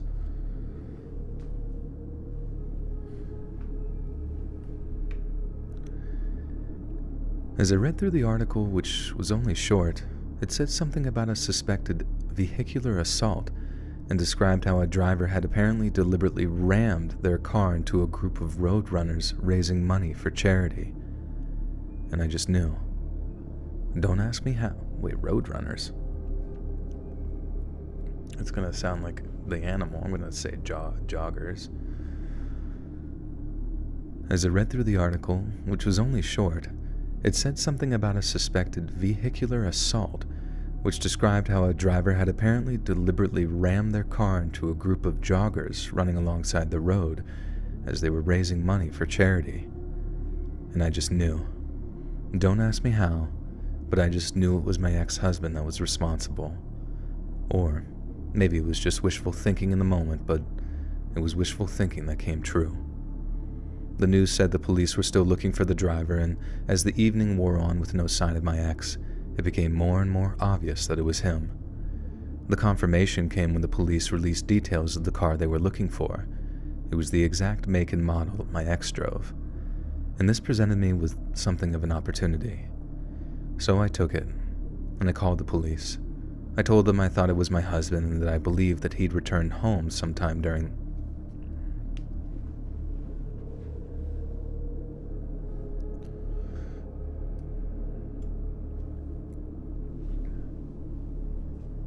Do I know the right places to inject needles into your body? Well, yeah, most likely if you go into the hospital, you're going to get an IV, you know what I mean? Which is going to be right at your elbow there. What the fuck's that called? I'm an idiot. I'm sorry. I just forget everything. All of a sudden I get like brain subcubital. Ah, fuck. Vein at the elbow. Man, I'm an idiot. It's been fucking forever. Well, does anybody know what it's called? Well, not subcutaneous. Subcutaneous is just like the tissue, kind of like your fat, like tissue. But I'm just trying to think what the fuck. What? Anyways, it's right. It's so embarrassing, actually. It's right at the elbow is where they're gonna try to put one in, most likely, or along like your forearm or in your wrist somewhere. And then once they get the IV going, they can just inject. That's such a, honestly, like the little system they had for injecting into those things is so brilliant because it's just like interchangeably. Joel, your people with wrenches are awesome. Yeah, my mods are gods. That's why they are them. Yeah, the AC, but that's the area now. Yeah. Well, I don't know. No, not intravenous. I mean, the intravenous is what they're trying to do, is they're trying to enter intravenously to you, but I'm trying to think what the fucking term for the vein there is, or sub. No, I do apologize. Subclavian? I don't think so. If someone says it, I'll be like, yes, but I'm an idiot right now. I don't know why. Anyways, but then then you can do, intramuscular injections, which is like kind of like how people inject testosterone into their ass and shit like that, or they can do it along their yeah, I think it's subcubital. That's what I was gonna say. Subcubital, the cubital vein. Is that? Did I get that right? Because for some reason I was saying and it didn't sound right. Cubital. Yeah, there we go. Okay. Yeah, the median cubital vein. Yeah, I apologize. That's usually where they go there. On my floor, though, we actually had like an IV nurse who would come around and specifically like put in IVs and people if they didn't have them from the ER. I never had any experience really in the ER much other than the antecubital. The Ant-Man.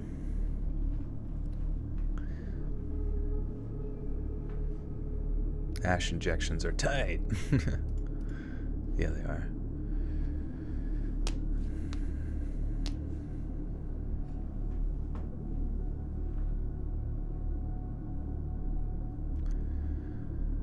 So, I took it.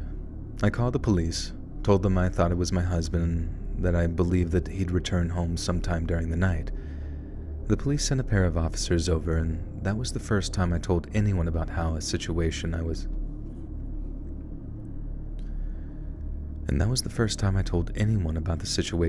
in. Don't ask me why, but I'd spent years hiding the truth from my friends and family, more for my ex-husband's protection than anything else. But then one day, after some freak event, everything he'd built came tumbling down. The police officers stayed with me until about 1 a.m. when they got word that my ex had finally been arrested. Before they left, they assured me that I could press charges, but that if it was indeed my ex that was responsible, the vehicular assault would take priority. That ended up working for me, as his trial for domestic battery took place whilst he was in the prison, the crime he was eventually convicted of. Wait, what?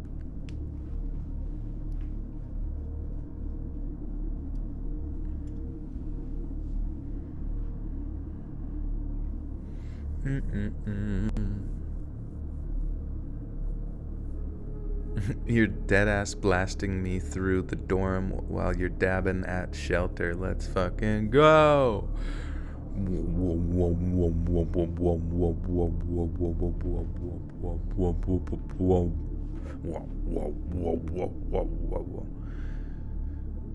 That ended up working for me, as his trial for domestic battery took place whilst he was in the prison for the crime he was eventually convicted of, which, as you can guess, attempted murder.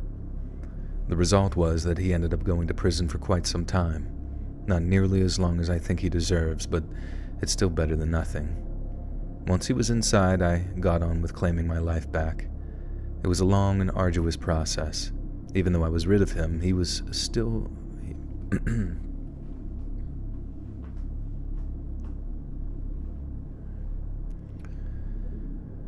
Even though I was rid of him, he still found a way to carry on making my life unbearable.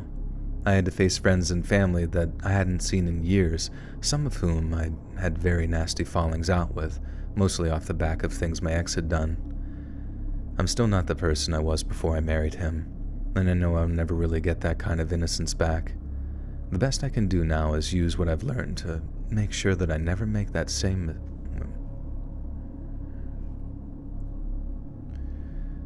The best I can do now is use what I've learned to make sure that I never make that same mistake again.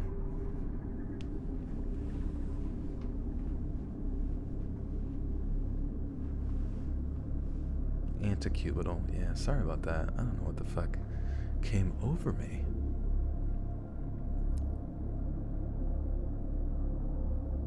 That stutter is another dab.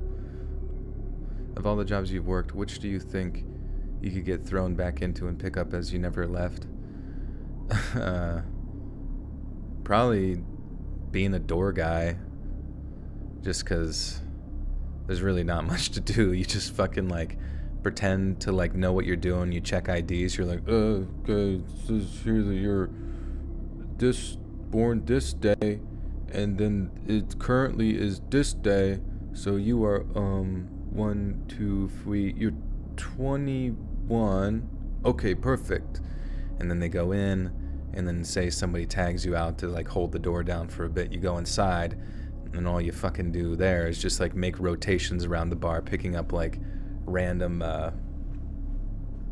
glassware and cups and shit, and bringing them to the bar, or fucking helping out with random shit. Or maybe you find somebody drunk and you have to say, hey buddy, I think you've had enough. and you gotta get going. It's the stupidest thing, though, to me, that, like, bars, like, the bars that I worked at, the bartenders are the managers most of the time, and they would fucking, like, get people dumb fucking drunk, right? The bartenders, you know? The ones responsible for getting people drunk and also making all the fucking money from it for the most part, and their tips and shit. But then, like, they would get them stupid fucking drunk and then, like, yell at you, the door fellow, to go kick the guy out, you know? Which, in that scenario, it's like you never know fucking what shit you're about to find yourself in, you know? You have to pretty much be like a crime scene negotiator, you know, hostage situation to get these idiots out of whatever they're at, because they're gonna be fucking, like, yelling at you with, like, throw up in their mouth, spit or spattling on your face and shit. And, like, it doesn't make any sense. It's like, okay, they're drunk, right? You know, and you got them drunk, and the idea, like, the thing that the managers would say would be like, oh, we got to get rid of them because it's a liability to the service. It's like, bro, you got them drunk. We're on record of having their ID coming through here. Should they leave in a blacked out state, drunk, get in the car, drive, the car explodes, because, you know, that's the new safety feature on all new Teslas, is whenever you're drunk in your car just explodes itself. But you know what I mean? Like, they get in a crash, they fucking fall, slip and hit their head, and bleed out or something. You were the one that got them drunk. Wouldn't it make more sense to let them exist in the bar, just don't serve them anymore? But, like, if anything, they're just fucking, like, cycling people through so they can get more people blacked out and make more money, you know? It's so fucking stupid. Like, bunch of, like, all the management and, like, bar scenes were just always so fucking brain dead. Axeman, Joel accidentally fornicated a dolphin, and I think it's pregnant. I needed to help me perform a dolphin abortion. Stat! That was one of my specialities in nursing school. I loved ripping those little bastards out. It's fucking great. That's false imprisonment. Well, I mean, if they wanted, no, I'm just saying, if they wanted to leave, they can leave. But, like, the fact that, like, we would see someone slightly drunk and just immediately, like, you gotta go, buddy, you gotta go. You gotta go, buddy, you gotta go. And it's like, and, you know, it was like, that was the law. Like, the second you fucking said they gotta go, even if you were a total asshole, you know, in that situation, and you were wrong, they're not even that drunk, like, it was just basically like you could just target people. And I wouldn't do that, but I mean, I could tell, like, people, like the bartenders and their vindictive nature, they didn't get tipped enough, they would just, like, kind of accuse someone of being fucking drunk, and then you go like, hey buddy, they say you gotta go, you're too drunk, and you're like, I'm not fucking drunk, man, I just got here. I'm just drinking my cranberry juice, eating my french fries with mayonnaise. What is the issue? Get the fuck out of here, sir. Stop resisting. Stop fucking resisting. Yeah. And when I did that, I actually, like, had both my hands in his mouth, and I ripped his fucking mouth open in different directions like God of War. But I had to do what I had to do. It's part of the job. That's your new marketing slogan. Let's read. Ripping them little bastards out since 2012. I was pretty damn good at it. Axeman, what are you up to? Axeman, somebody commented on a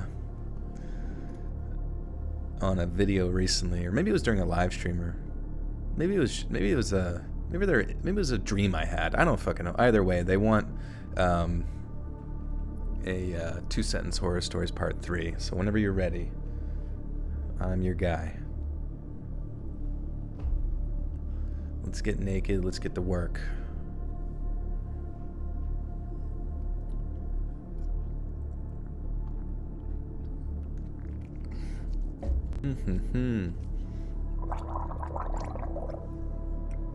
Fries and mayonnaise. It's like a European thing. You should try it though, it's pretty good. And you mix it with ketchup, and that's fancy sauce. You're working on it in clear and plain sight. Oh shit, really? I probably liked a post that you were working on. You're just really, really lazy. No worries. No worries at all. No rush or anything like that. Just be a fun thing to do. It'll be a bit of a fun thing. Okay, with that one. Alright, we got 2 more. Let's get it.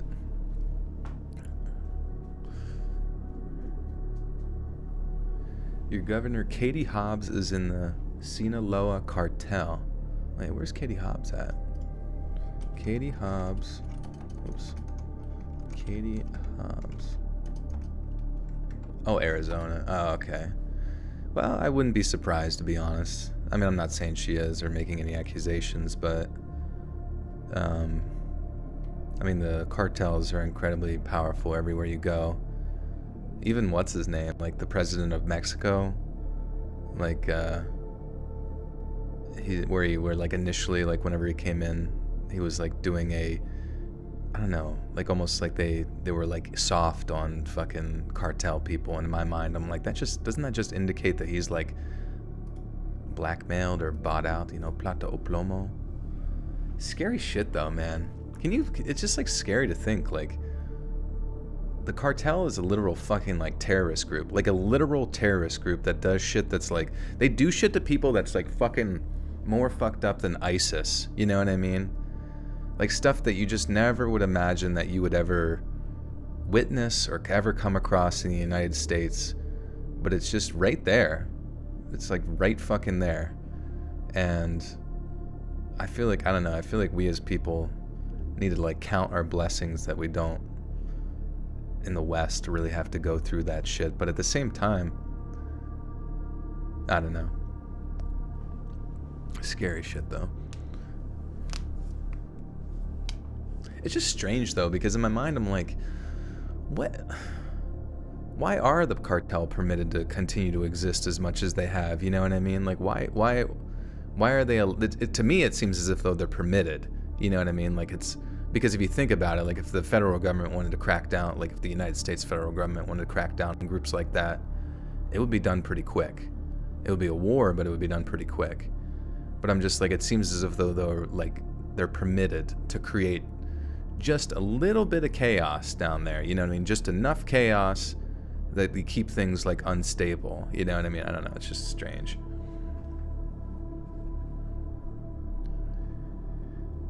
This is the story of how I got scared of dogs. I was jogging through the park one day, down this long stretch of pathway, and about 2/3 of the way down, there were these 2 middle-aged women just talking to each other, and one of them had this big old dog. Now, it's not unusual for a dog to get kind of excited when joggers run past them, but it's usually just an innocent, is it time to play kind of reaction. I don't stare at them or run too close, but it's not like it's any different from the usual caution people exercise around strange dogs. It's mostly just not to inconvenience the owner, but not distracting their pet.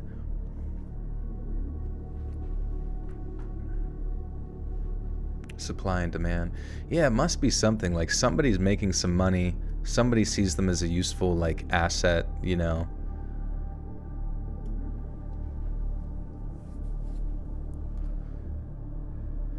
It's mostly just not to inconvenience their owner by not distracting their pet.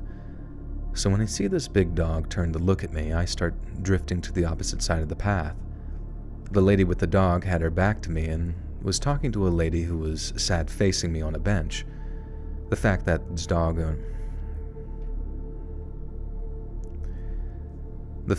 dog's owner had her back to me was probably what triggered her dog so badly, because the closer I got, the more agitated it seemed to get.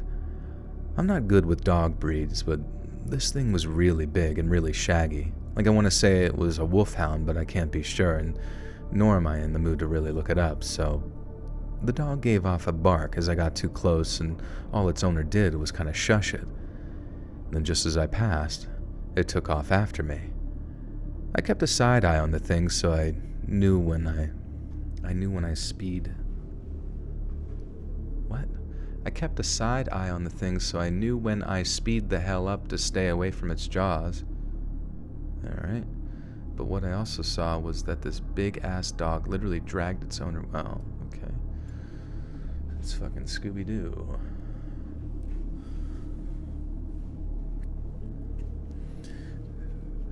It's funny though that like I just never forget that from Narcos, like whenever he was like plata o plomo, like that the plata o plomo speech that he gives is probably just like the most, I don't know, grounded in reality political philosophy I'd ever heard in the history of mankind. It's like you either take the bribe or you die. It's silver or lead, you know what I mean? Like, and it just makes sense. It just makes sense. Like, how else are you supposed to? I mean, that's how. I think it's funny on the citizen side. It's like we hand over silver or we get lead, which is kind of lame, but I don't know. Plata o plomo.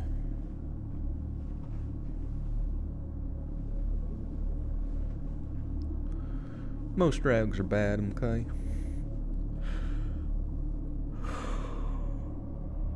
So, Joel, how were the college parties? Oh, they were pretty good. I was like, back then I was like I was heavily involved in human trafficking. No, I'm just kidding. I like Christian group stuff. So like, whenever I would go drinking and party and whatnot, it was always like this like constant sense of fucking feeling bad, you know what I mean? Like, oh God, I'm doing the bad thing again, you know, instead of just having fun like every normal person should be thinking. But I still really didn't allow that to, I mean, I guess it managed me to a certain degree, but I still had a lot of fun in college with going out and stuff. Yeah, I mean, it's whatever. At this point, I don't, but I think back then it had a grip on my mind. And I think the worst part is there was just like so many it doesn't matter.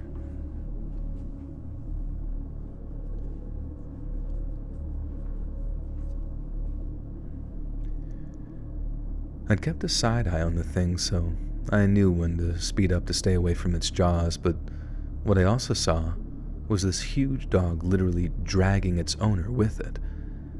That was the only thing that gave me a head start. The fact the dog owners kept a hold of its leash for a few seconds, probably sustaining some nasty injuries in the process. I mean, she fell hard, and this kind of spinning backwards motion too, so however she landed cannot have been pleasant. And like I said, the dog literally dragged her feet.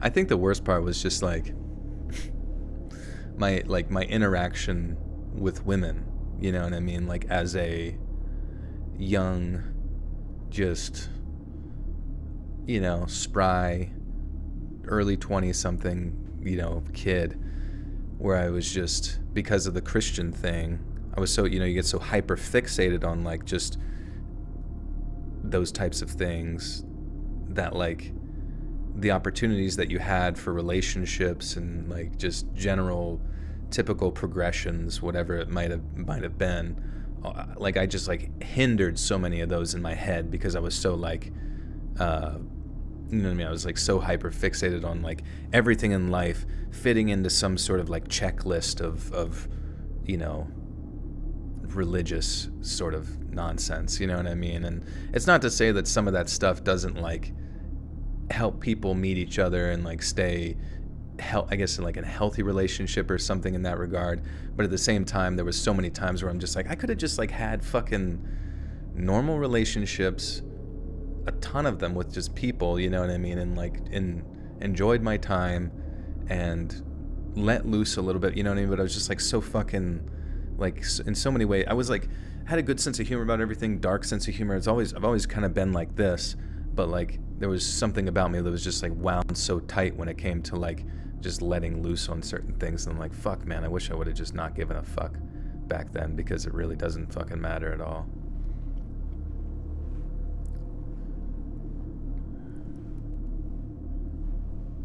Maya says shut up. I'm sorry, Maya, I'm a bad person. No, I'm not blaming anybody or anything. Like, Maya, you're gonna read. You're reading now. It's your turn. I'm gonna put you on the spot. You're good at writing, but can you read? Are you saying you wish you would have slept around? To be honest, yeah, I guess so. Like, I don't think it's necessarily good for people's psyches to do that. But, like, it's... I just think about, like, how many times I just came off as this, like, awkward guy because I was just, like, so hyper fixated on, like, making sure that before I, like, had some sort of interaction with somebody that they had to be, like, of the same religious values or something. And I'm just like, that can be helpful in, like, some sort of long-term thing, but I mean, if you sometimes you need, like if you're in, like, a position of, like, a party or whatever, and you have the catalyst of alcohol or whatever to, like, socially lubricate two individuals to interact, and then all of a sudden, even though you're already, like, drunk, you're, like, bringing up, like, religion. It's, like, such a fucking buzzkill for people, it's like, people hate to hear. I mean, sometimes people are open to it and they'll chat about it, that kind of thing, but I just feel like so much of it kind of mitigated my ability to just fucking, I don't know, have a good fucking time, Did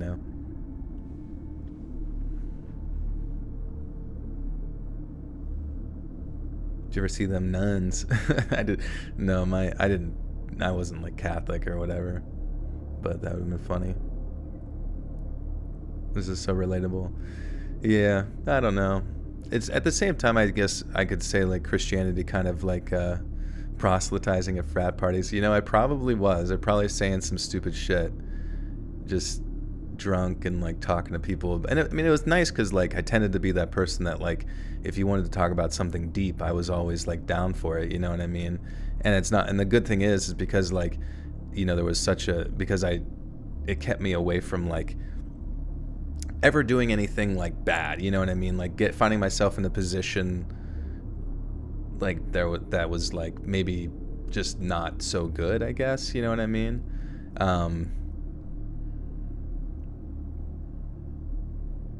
Well, exactly. I'm lucky because I could have wound up with bad friends if you weren't like that. That's an absolutely great point. I think that in many ways, the Christian sort of, like, upbringing type thing definitely created a sense of guidance that, like, enabled me not to make crazy mistakes or, like, get lost in the sauce, of social life that could have been potentially bad. But yeah, I almost feel as if, though, looking back on it, that, like there almost, like, needed to be, like, some sort of middle ground, you know what I mean? Where I think my, like, moral values would have kept me away from that stuff anyways, while allowing me to sort of, like, just enjoy life a little bit more. But I guess at the end of the day, it's like, it doesn't none of it fucking matters. I mean, you just kind of, like, do your thing.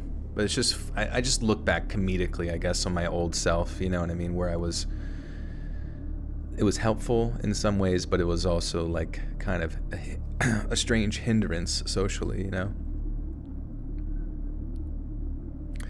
When you enter your 30s, you'll notice enough glitches in the Matrix to bring you back to Christ. I mean, yeah, maybe, I would say it's, like, it's not like I'm, like, too far gone or anything like that. It's just, like, it's confusing as fuck. Like, life is weird, you just kind of doing your thing.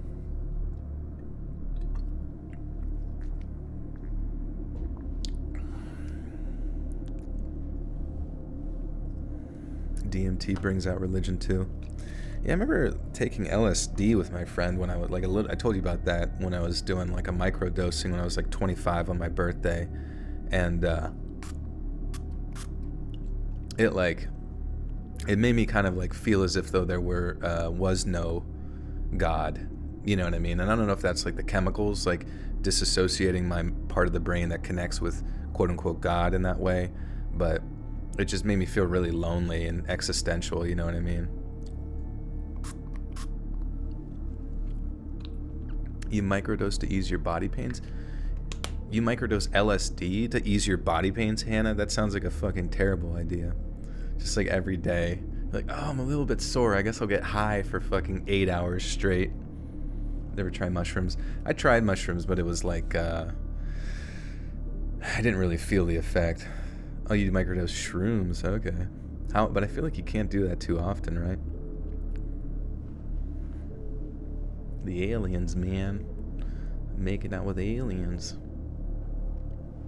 the constant feeling of death, destruction, chaos, filth, and greed. Yeah, it's mainly just like insecurities, I guess. Whenever I was like high, just, you just. And I think it's funny too, because like I was with my one buddy, and he's like fucking, like he's like a Greek god in like body type, you know what I mean? And I think there was just like this weird feeling of being around him for some reason, just like a sense of like inadequacy or whatever.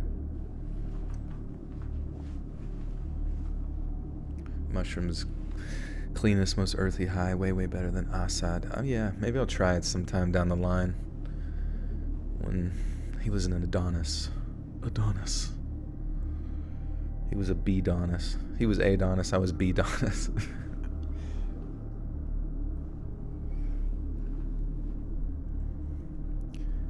Like I said, the dog literally dragged her for a few feet, making this horrible scraping sound that accompanied the woman's scream. But then, she let go of the leash. I honestly don't know how I made it to the jungle gym without being bitten. I know the dog got awfully close on more than one occasion, but I managed to hop a little fence and climb up a jungle gym before turning around to see it, right there on the ground below me. I tried to jump once or twice, and I felt myself slipping off this metal dome structure as I attempted to kick it as it jumped. And that's where we both stayed for God knows how long. The dog's just barking at me while I stayed put at the top of the jungle gym. And I swear to God, all it would have taken was one really good jump and scramble from the dog, and I'd have been done for. But thankfully, the big dumb thing figured that I was like a cat up a tree or something, just unobtainable. The worst thing was how at first, no one did anything to help me. There were other people around. This was a weekend afternoon in a city park, but everyone was either too scared or too concerned with their own business to help. It literally took a minute or so of me screaming for help before anyone decided to try and grab the dog's collar or something. Most other folks ran straight to the dog's owner, who had been dragged and who was still lying on the ground when someone calmed the dog down and I'd gotten away from it. I suppose that was the right call, after all. I walked away with just a nasty scare. Oh, I thought I was going to say scratch, but it said scare. Sometimes when I'm reading, I can kind of anticipate what words are coming, and sometimes I don't. I got my phone back to tell you something before I pass out. I want to say thank you. I've been a fan under different names for a long time. 15 to 21, you got me through so much stuff. Oh, appreciate that, oh. That's funny, your name. My old roommates and stuff, like, whenever I would get comments on videos where I didn't want to respond to them, I'd be like, what do I say to this? Because it was like when I was, much smaller, and you get negative stuff, you're like, what do you say back to that?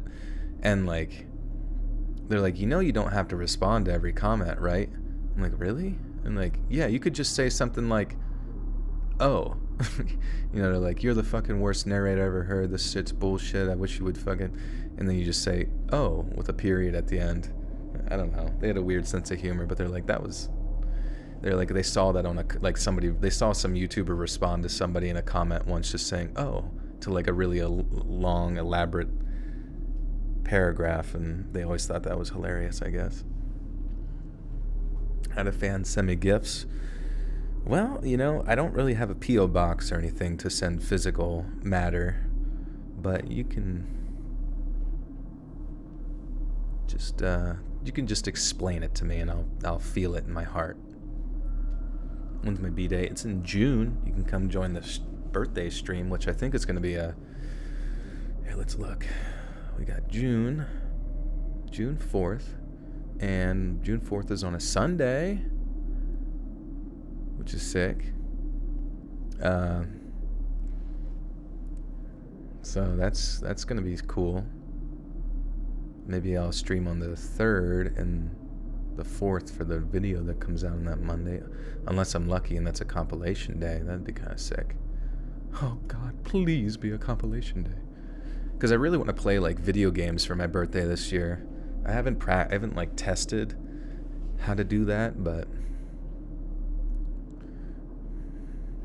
no use, still best response. It is pretty good. I was playing Overwatch and somebody was like, they lost. They're like, easy. And they're like, I don't know, someone was like, but you lost though. And they're like, cope. Fucking cope. Cope with winning. When's your birthday? June 4th. Oh, Jen, yours is the 7th? Nice. Let's go. Skill issue. Here's a tissue. I suppose that was the right call after all. I walked away with just a nasty scare, and if I had to guess, the dog's owner either broke a bone or incurred some kind of nasty injury from all that. And all in all, it made for one of the single worst days of my life. Am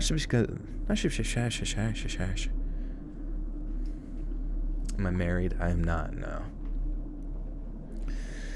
I'm getting to that point though.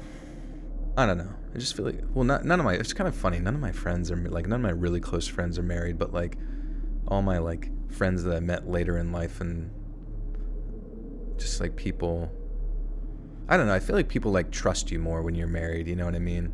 Like being in my like 30s, for some reason being not married, whenever I meet people that like have married with kids and stuff and they're around my age or maybe even younger, there's something about, like, I don't know, it's like there's some vibe that I get almost like where they're like, what? You're not exactly like me? I don't trust you anymore. All in all, it made for one of the single worst days of my life. Not just because of the dog encounter, but because I felt partially responsible for that woman getting hurt. I know I can't control how her dog reacted, and if it was well trained, it wouldn't have reacted like that at all. But at the same time, I still can't just absolve myself of any responsibility. And that means I now have a very mild case of cynophobia, or fear of dogs. Not so much because of how dangerous they are, but how dangerous they can become in the hands of a lazy or careless owner. Is it cynophobia? Did I say that right? Did I say it right? Did I say it? I hope I said it right.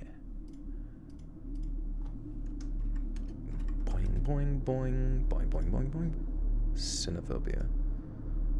Fuck. Should you dab more? No, you don't have to. You just ride it out, you know? I don't know how people do dabs, to be honest, because, like, I did it one time with my friend, and I didn't even finish the full inhale. I was just like, and I was like,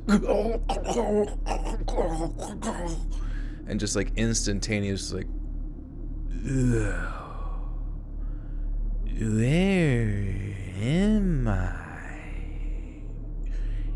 We're gonna watch Step Brothers and have a bit of a laugh. What's the best gift I've ever received?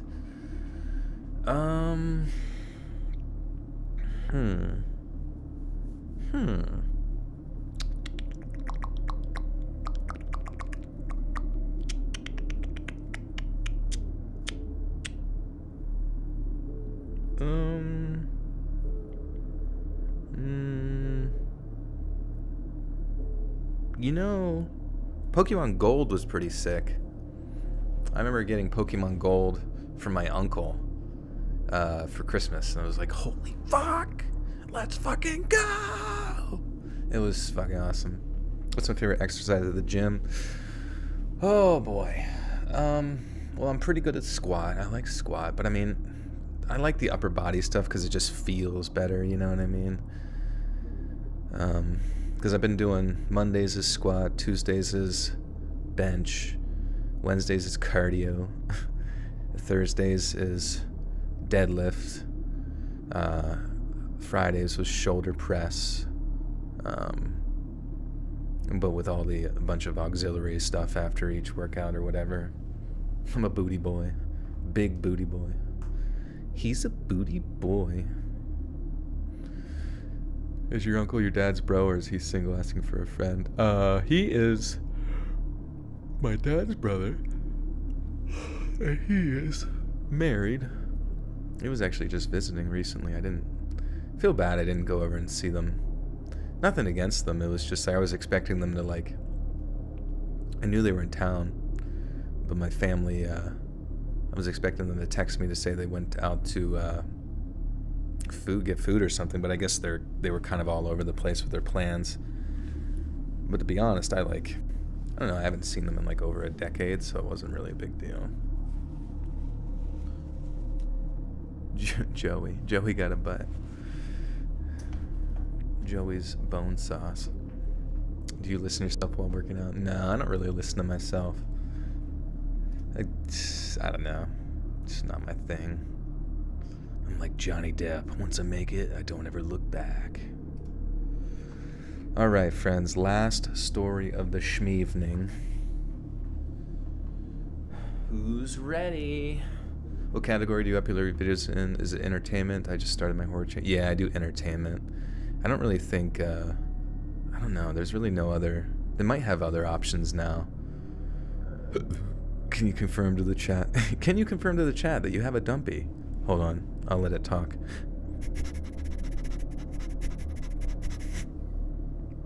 That was my asshole talking. I don't know what it said. I don't really communicate it with it much, but I hope it was honest. My hometown has a kind of bad reputation, and a kind of undeserved one. I don't think I'll name it, and maybe y'all can make a game of guessing which one in the comments, but I don't want to sully its good name any further, so I'm gonna keep it anonymous. Maybe my perception of my hometown is slightly colored because I live in a nicer neighborhood. It's diverse, multicultural, all that good stuff, and the crime rate happens to be pretty low, especially for violent crime. Then one summer's evening, I was out running during the golden hour when I was suddenly struck by just how incredibly beautiful it was. The main part of my regular jogging route ran down one of the old boulevards, sandwiched between one two-way streets. Whoops.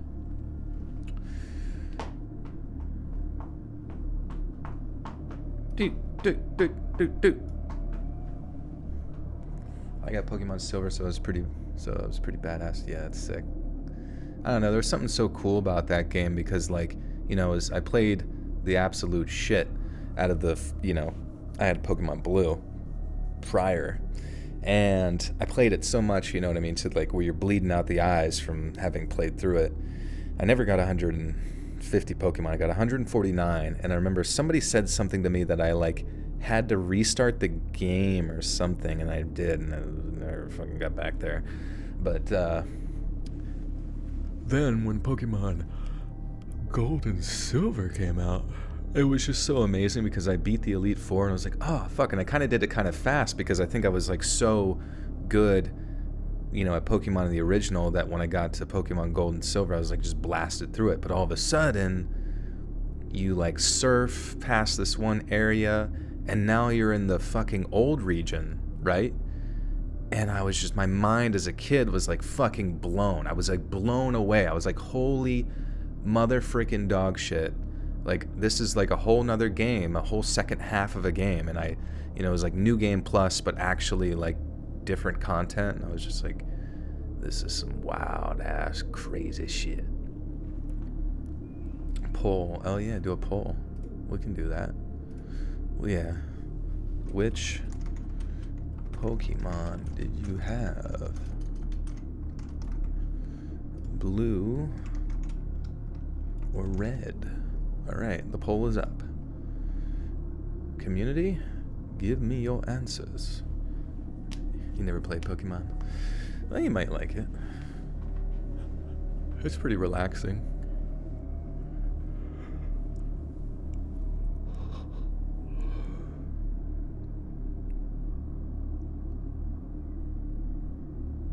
Oh, D-Shore, thank you. I'm actually going to be starting a new channel soon. It's going to be like kind of like clips. So I'm going to have someone be helping with kind of basically taking individual stories and making individual videos based on those individual stories. Am I playing Hogwarts Legacy? I'm not, but my one friend, I watch her play it, and it looks fucking cool as shit. And like, she got blasted around by a troll, and like, it's just really funny because your character like ragdolls when that happens, and it was really funny. And I was like, I kind of want to get this game. It looks hilarious. Like, just the combat actually looks really solid. You played a lot of other RPGs back then. Yeah, since you were familiar with Pokemon going into that, was there any sort of like monster collecting style games or like RPGs similar to Pokemon that like were the top Gs back then? Do I play RuneScape? I don't. My one friend has maxed out level 99 on everything in RuneScape, which is bonkers to me.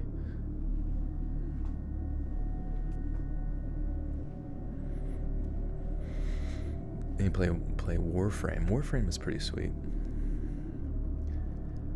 Sandwiched between two one-way streets in this wide island-type deal, there's a cycle track. A track for pedestrians. Wait, what? The main part of the regular jogging route ran down one of the old boulevards, sandwiched between two one-way streets in this wide island-type deal. There's a cycle track, a track for pedestrians, then flower beds that separate the two. I'd run on either one depending on how busy it was, and on this one time, I was running on the cycle track right up near the edge of the road. There wasn't all that much traffic, otherwise I would have been jogging so close. Fuck. There wasn't all that much traffic, otherwise I wouldn't have been jogging so close to the street, and as I was saying earlier, everything looked really pretty. Not just pretty either, peaceful too, really peaceful, and as I soaked it all up while sweating my balls off, I thought to myself something like, you know, this place gets a bad rep. I wish people could see that this right here, that wouldn't be good. They wouldn't be go quick too. Alright, you know, this place gets a bad rep. I wish people could see this right here. They wouldn't be so, oh. Okay, cool.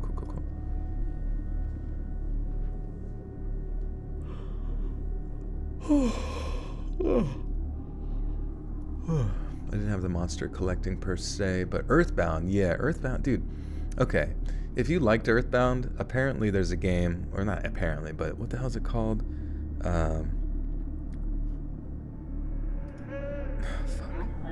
Something down. With Sans. What's the Sans guy? Undertale. Yeah. Undertale is apparently a lot like Earthbound in the fact that it's like a little mini game during the battles and shit, and there's like a really good, I don't know, I remember the dialogue was really funny for it. I didn't play the whole thing, but Undertale's a pretty sick game. Axiom Infinity with the two says, what Pokemon is Cocaine Bear? I think, here, let me find them.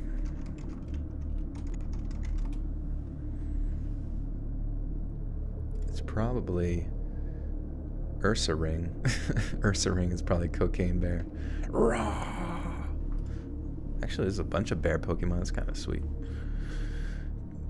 Dude, they should have had a bear starter Pokemon. Unless they already did that and I wasn't paying attention. But a bear starter Pokemon actually would have been pretty legit. Like a leaf one or some shit.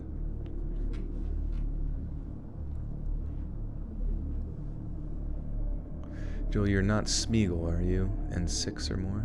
Wait, what do you mean? Smeagol? What do you mean, Precious? Snorlax. Yeah, Snorlax a bear?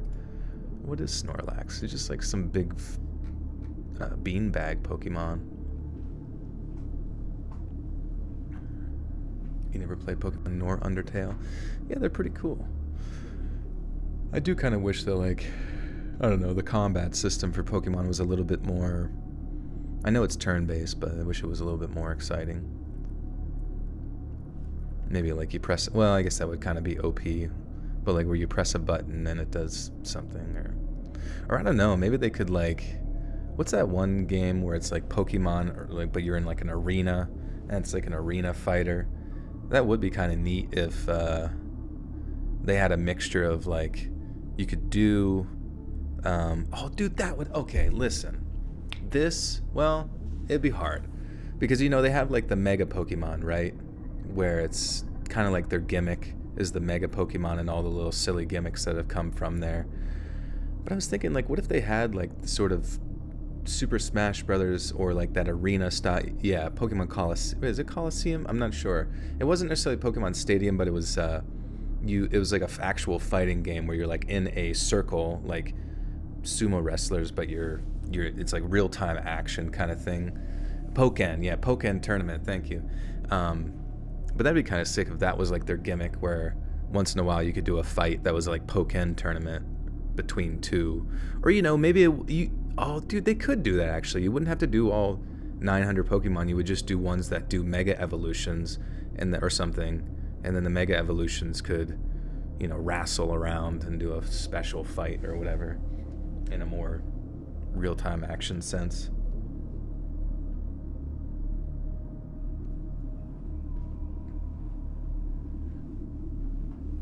But I always thought it would be sick if like there was just a full-on Super Smash Brothers where it's just the whole just a whole cast of Pokemon, like at least 50 Pokemon.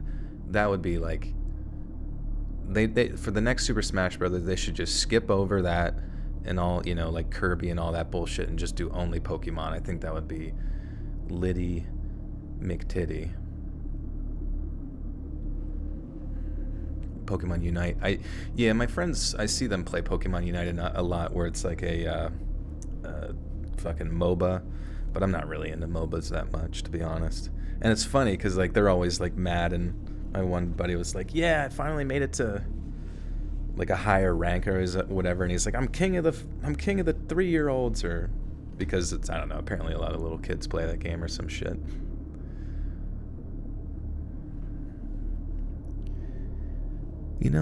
This place gets a bad rep. I wish more people could see this right here. They wouldn't be so quick to... My thought was interrupted by the sudden appearance of some total G-Ride coming down the street towards me on my right. It was real low to the ground, windows tinted dark, all matte black paint job, and it was coming up on me really fast. Then, right as I'm noticing how tricked out this thing was, I noticed a cop step out from the front yard of one of the houses on my right and throw a spike strip into the street. The G-Ride flew right into it, and the bang from the tires was so loud that I heard it over my headphones.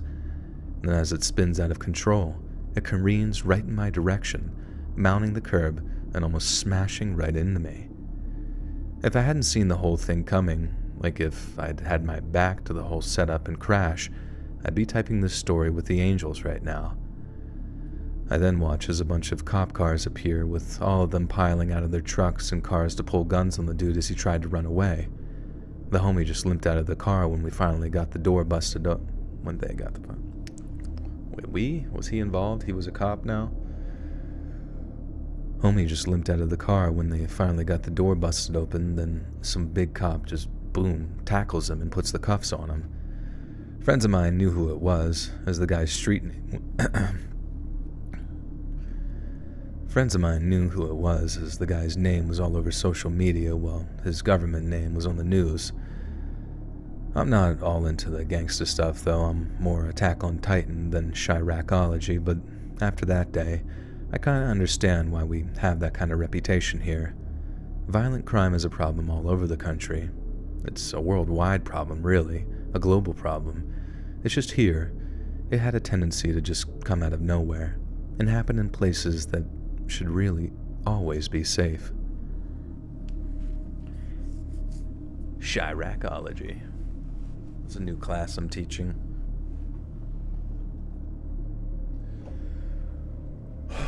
Alright, friends, we did it. We freaking did it. We read the stories. We gave you a bit of a scare, a bit of a laugh, a bit of a poopy diaper. We done did it. But now, we gotta dead-ass read this outro. And on God, no cap, bussa, someone's gotta tell me what we gotta say at the end. Didn't we say something at the beginning that would be at the end? Oh, the duck quote. Yeah. You just got rolled by RJ Duck and Associates. Do the Chills voice. Which one? I don't know what you mean. Hey friends, thanks for listening. Click that notification bell to be alerted of all future narrations. I release new videos every Monday, Wednesday, and Friday at 7 p.m. EST. And there are super fun live streams every Sunday, Tuesday, and Thursday night. I'd love to see you there. And if you got a story, be sure to submit them to my subreddit, r/Let'sReadOfficial, or send one over email, and you might even hear your story featured on the next video. And if you want to support me even more, grab early access to all future narrations and bonus content over on Patreon, or click that big join button to hear about the extra perks offered for the channel. And check out the Let's Read podcast, where you can hear all of these stories in big compilation. Next time on Dragon Ball. And check out the Let's Read podcast, where you can hear all of these stories in big compilations and save huge on data, located anywhere you listen to podcasts. All links in the description below. Thanks so much, friends. And remember, you just got rolled by R.J. Duck and Associates. That sounded weird. Thanks so much, friends. And remember, you just got rolled by R.J. Duck and Associates. So when more bonus content? I've listened to all of it. I guess we gotta do it soon, huh? Or wait. Or maybe the beginning of March? When was this one? Oh, I'm fucking month behind, too. I don't even know, man. I'm sorry. I'm sorry, everyone. I've let you down. I've let you down. Don't let me down.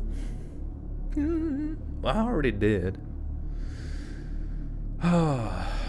Well, friends, thank you again for everything. You are lovely humans on planet Earth. How do I end this poll? How do I jump up on this poll? Close poll. Poll end. Alright, who wins? Who wins the poll? An error occurred. Perfect. I guess we'll never know the outcome. It seems like blue was up, though. Which, let's go blue. I was on Team Blue. But yeah, thank you guys, as always, for everything, for the support for it. So, 7 p.m. EST. Stay tuned for that, and I'll be back Tuesday with a new podcast and a new stream later in the evening. So be sure to follow me on Twitter at Let's Read Creepy, so you can be kept up to date when every new video and new stream is happening, on the off chance the notifications don't work for you. I'm breaking up. Oh shit. Wonder why. Fuck. Wonder why. I did a Trump thing and everybody, now they want to kill me. What happened to the audio? Ah, shit. Well, I guess it's good timing. Anybody? What? Is it really that messed up? Huh. Weird. It's saying that I'm not having any...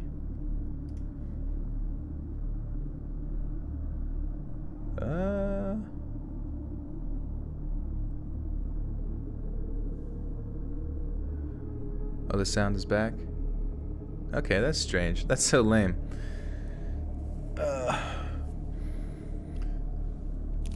Alright, anyways. Yeah, I'll be back Tuesday for another stream. So follow me on Twitter at Let's Read Creepy for all that good shit, you feel me? And then, yeah. Instagram. Even though Instagram's kind of silly, but I don't know. I guess I post like reels and stuff on there, which can be kind of cool. But that's at Let's Read.official. Follow me on TikTok at Let's Read Podcast. God, I have too many handles. It's kind of confusing for the audience, but it is what it is. But all right, friends. I hope you have a great night. I appreciate you again. That was a solid 4 hours of gestating. I don't know what that means, but you get it. You get the idea. I love you. Appreciate you. Hope you have an awesome whatever it is, today. You have one of those. And just keep kicking butt. Just do not quit. If you quit, that's when you fail. You don't fail by failing. You fail by quitting. All right? Smacks you in the butt. Now get out there. See ya.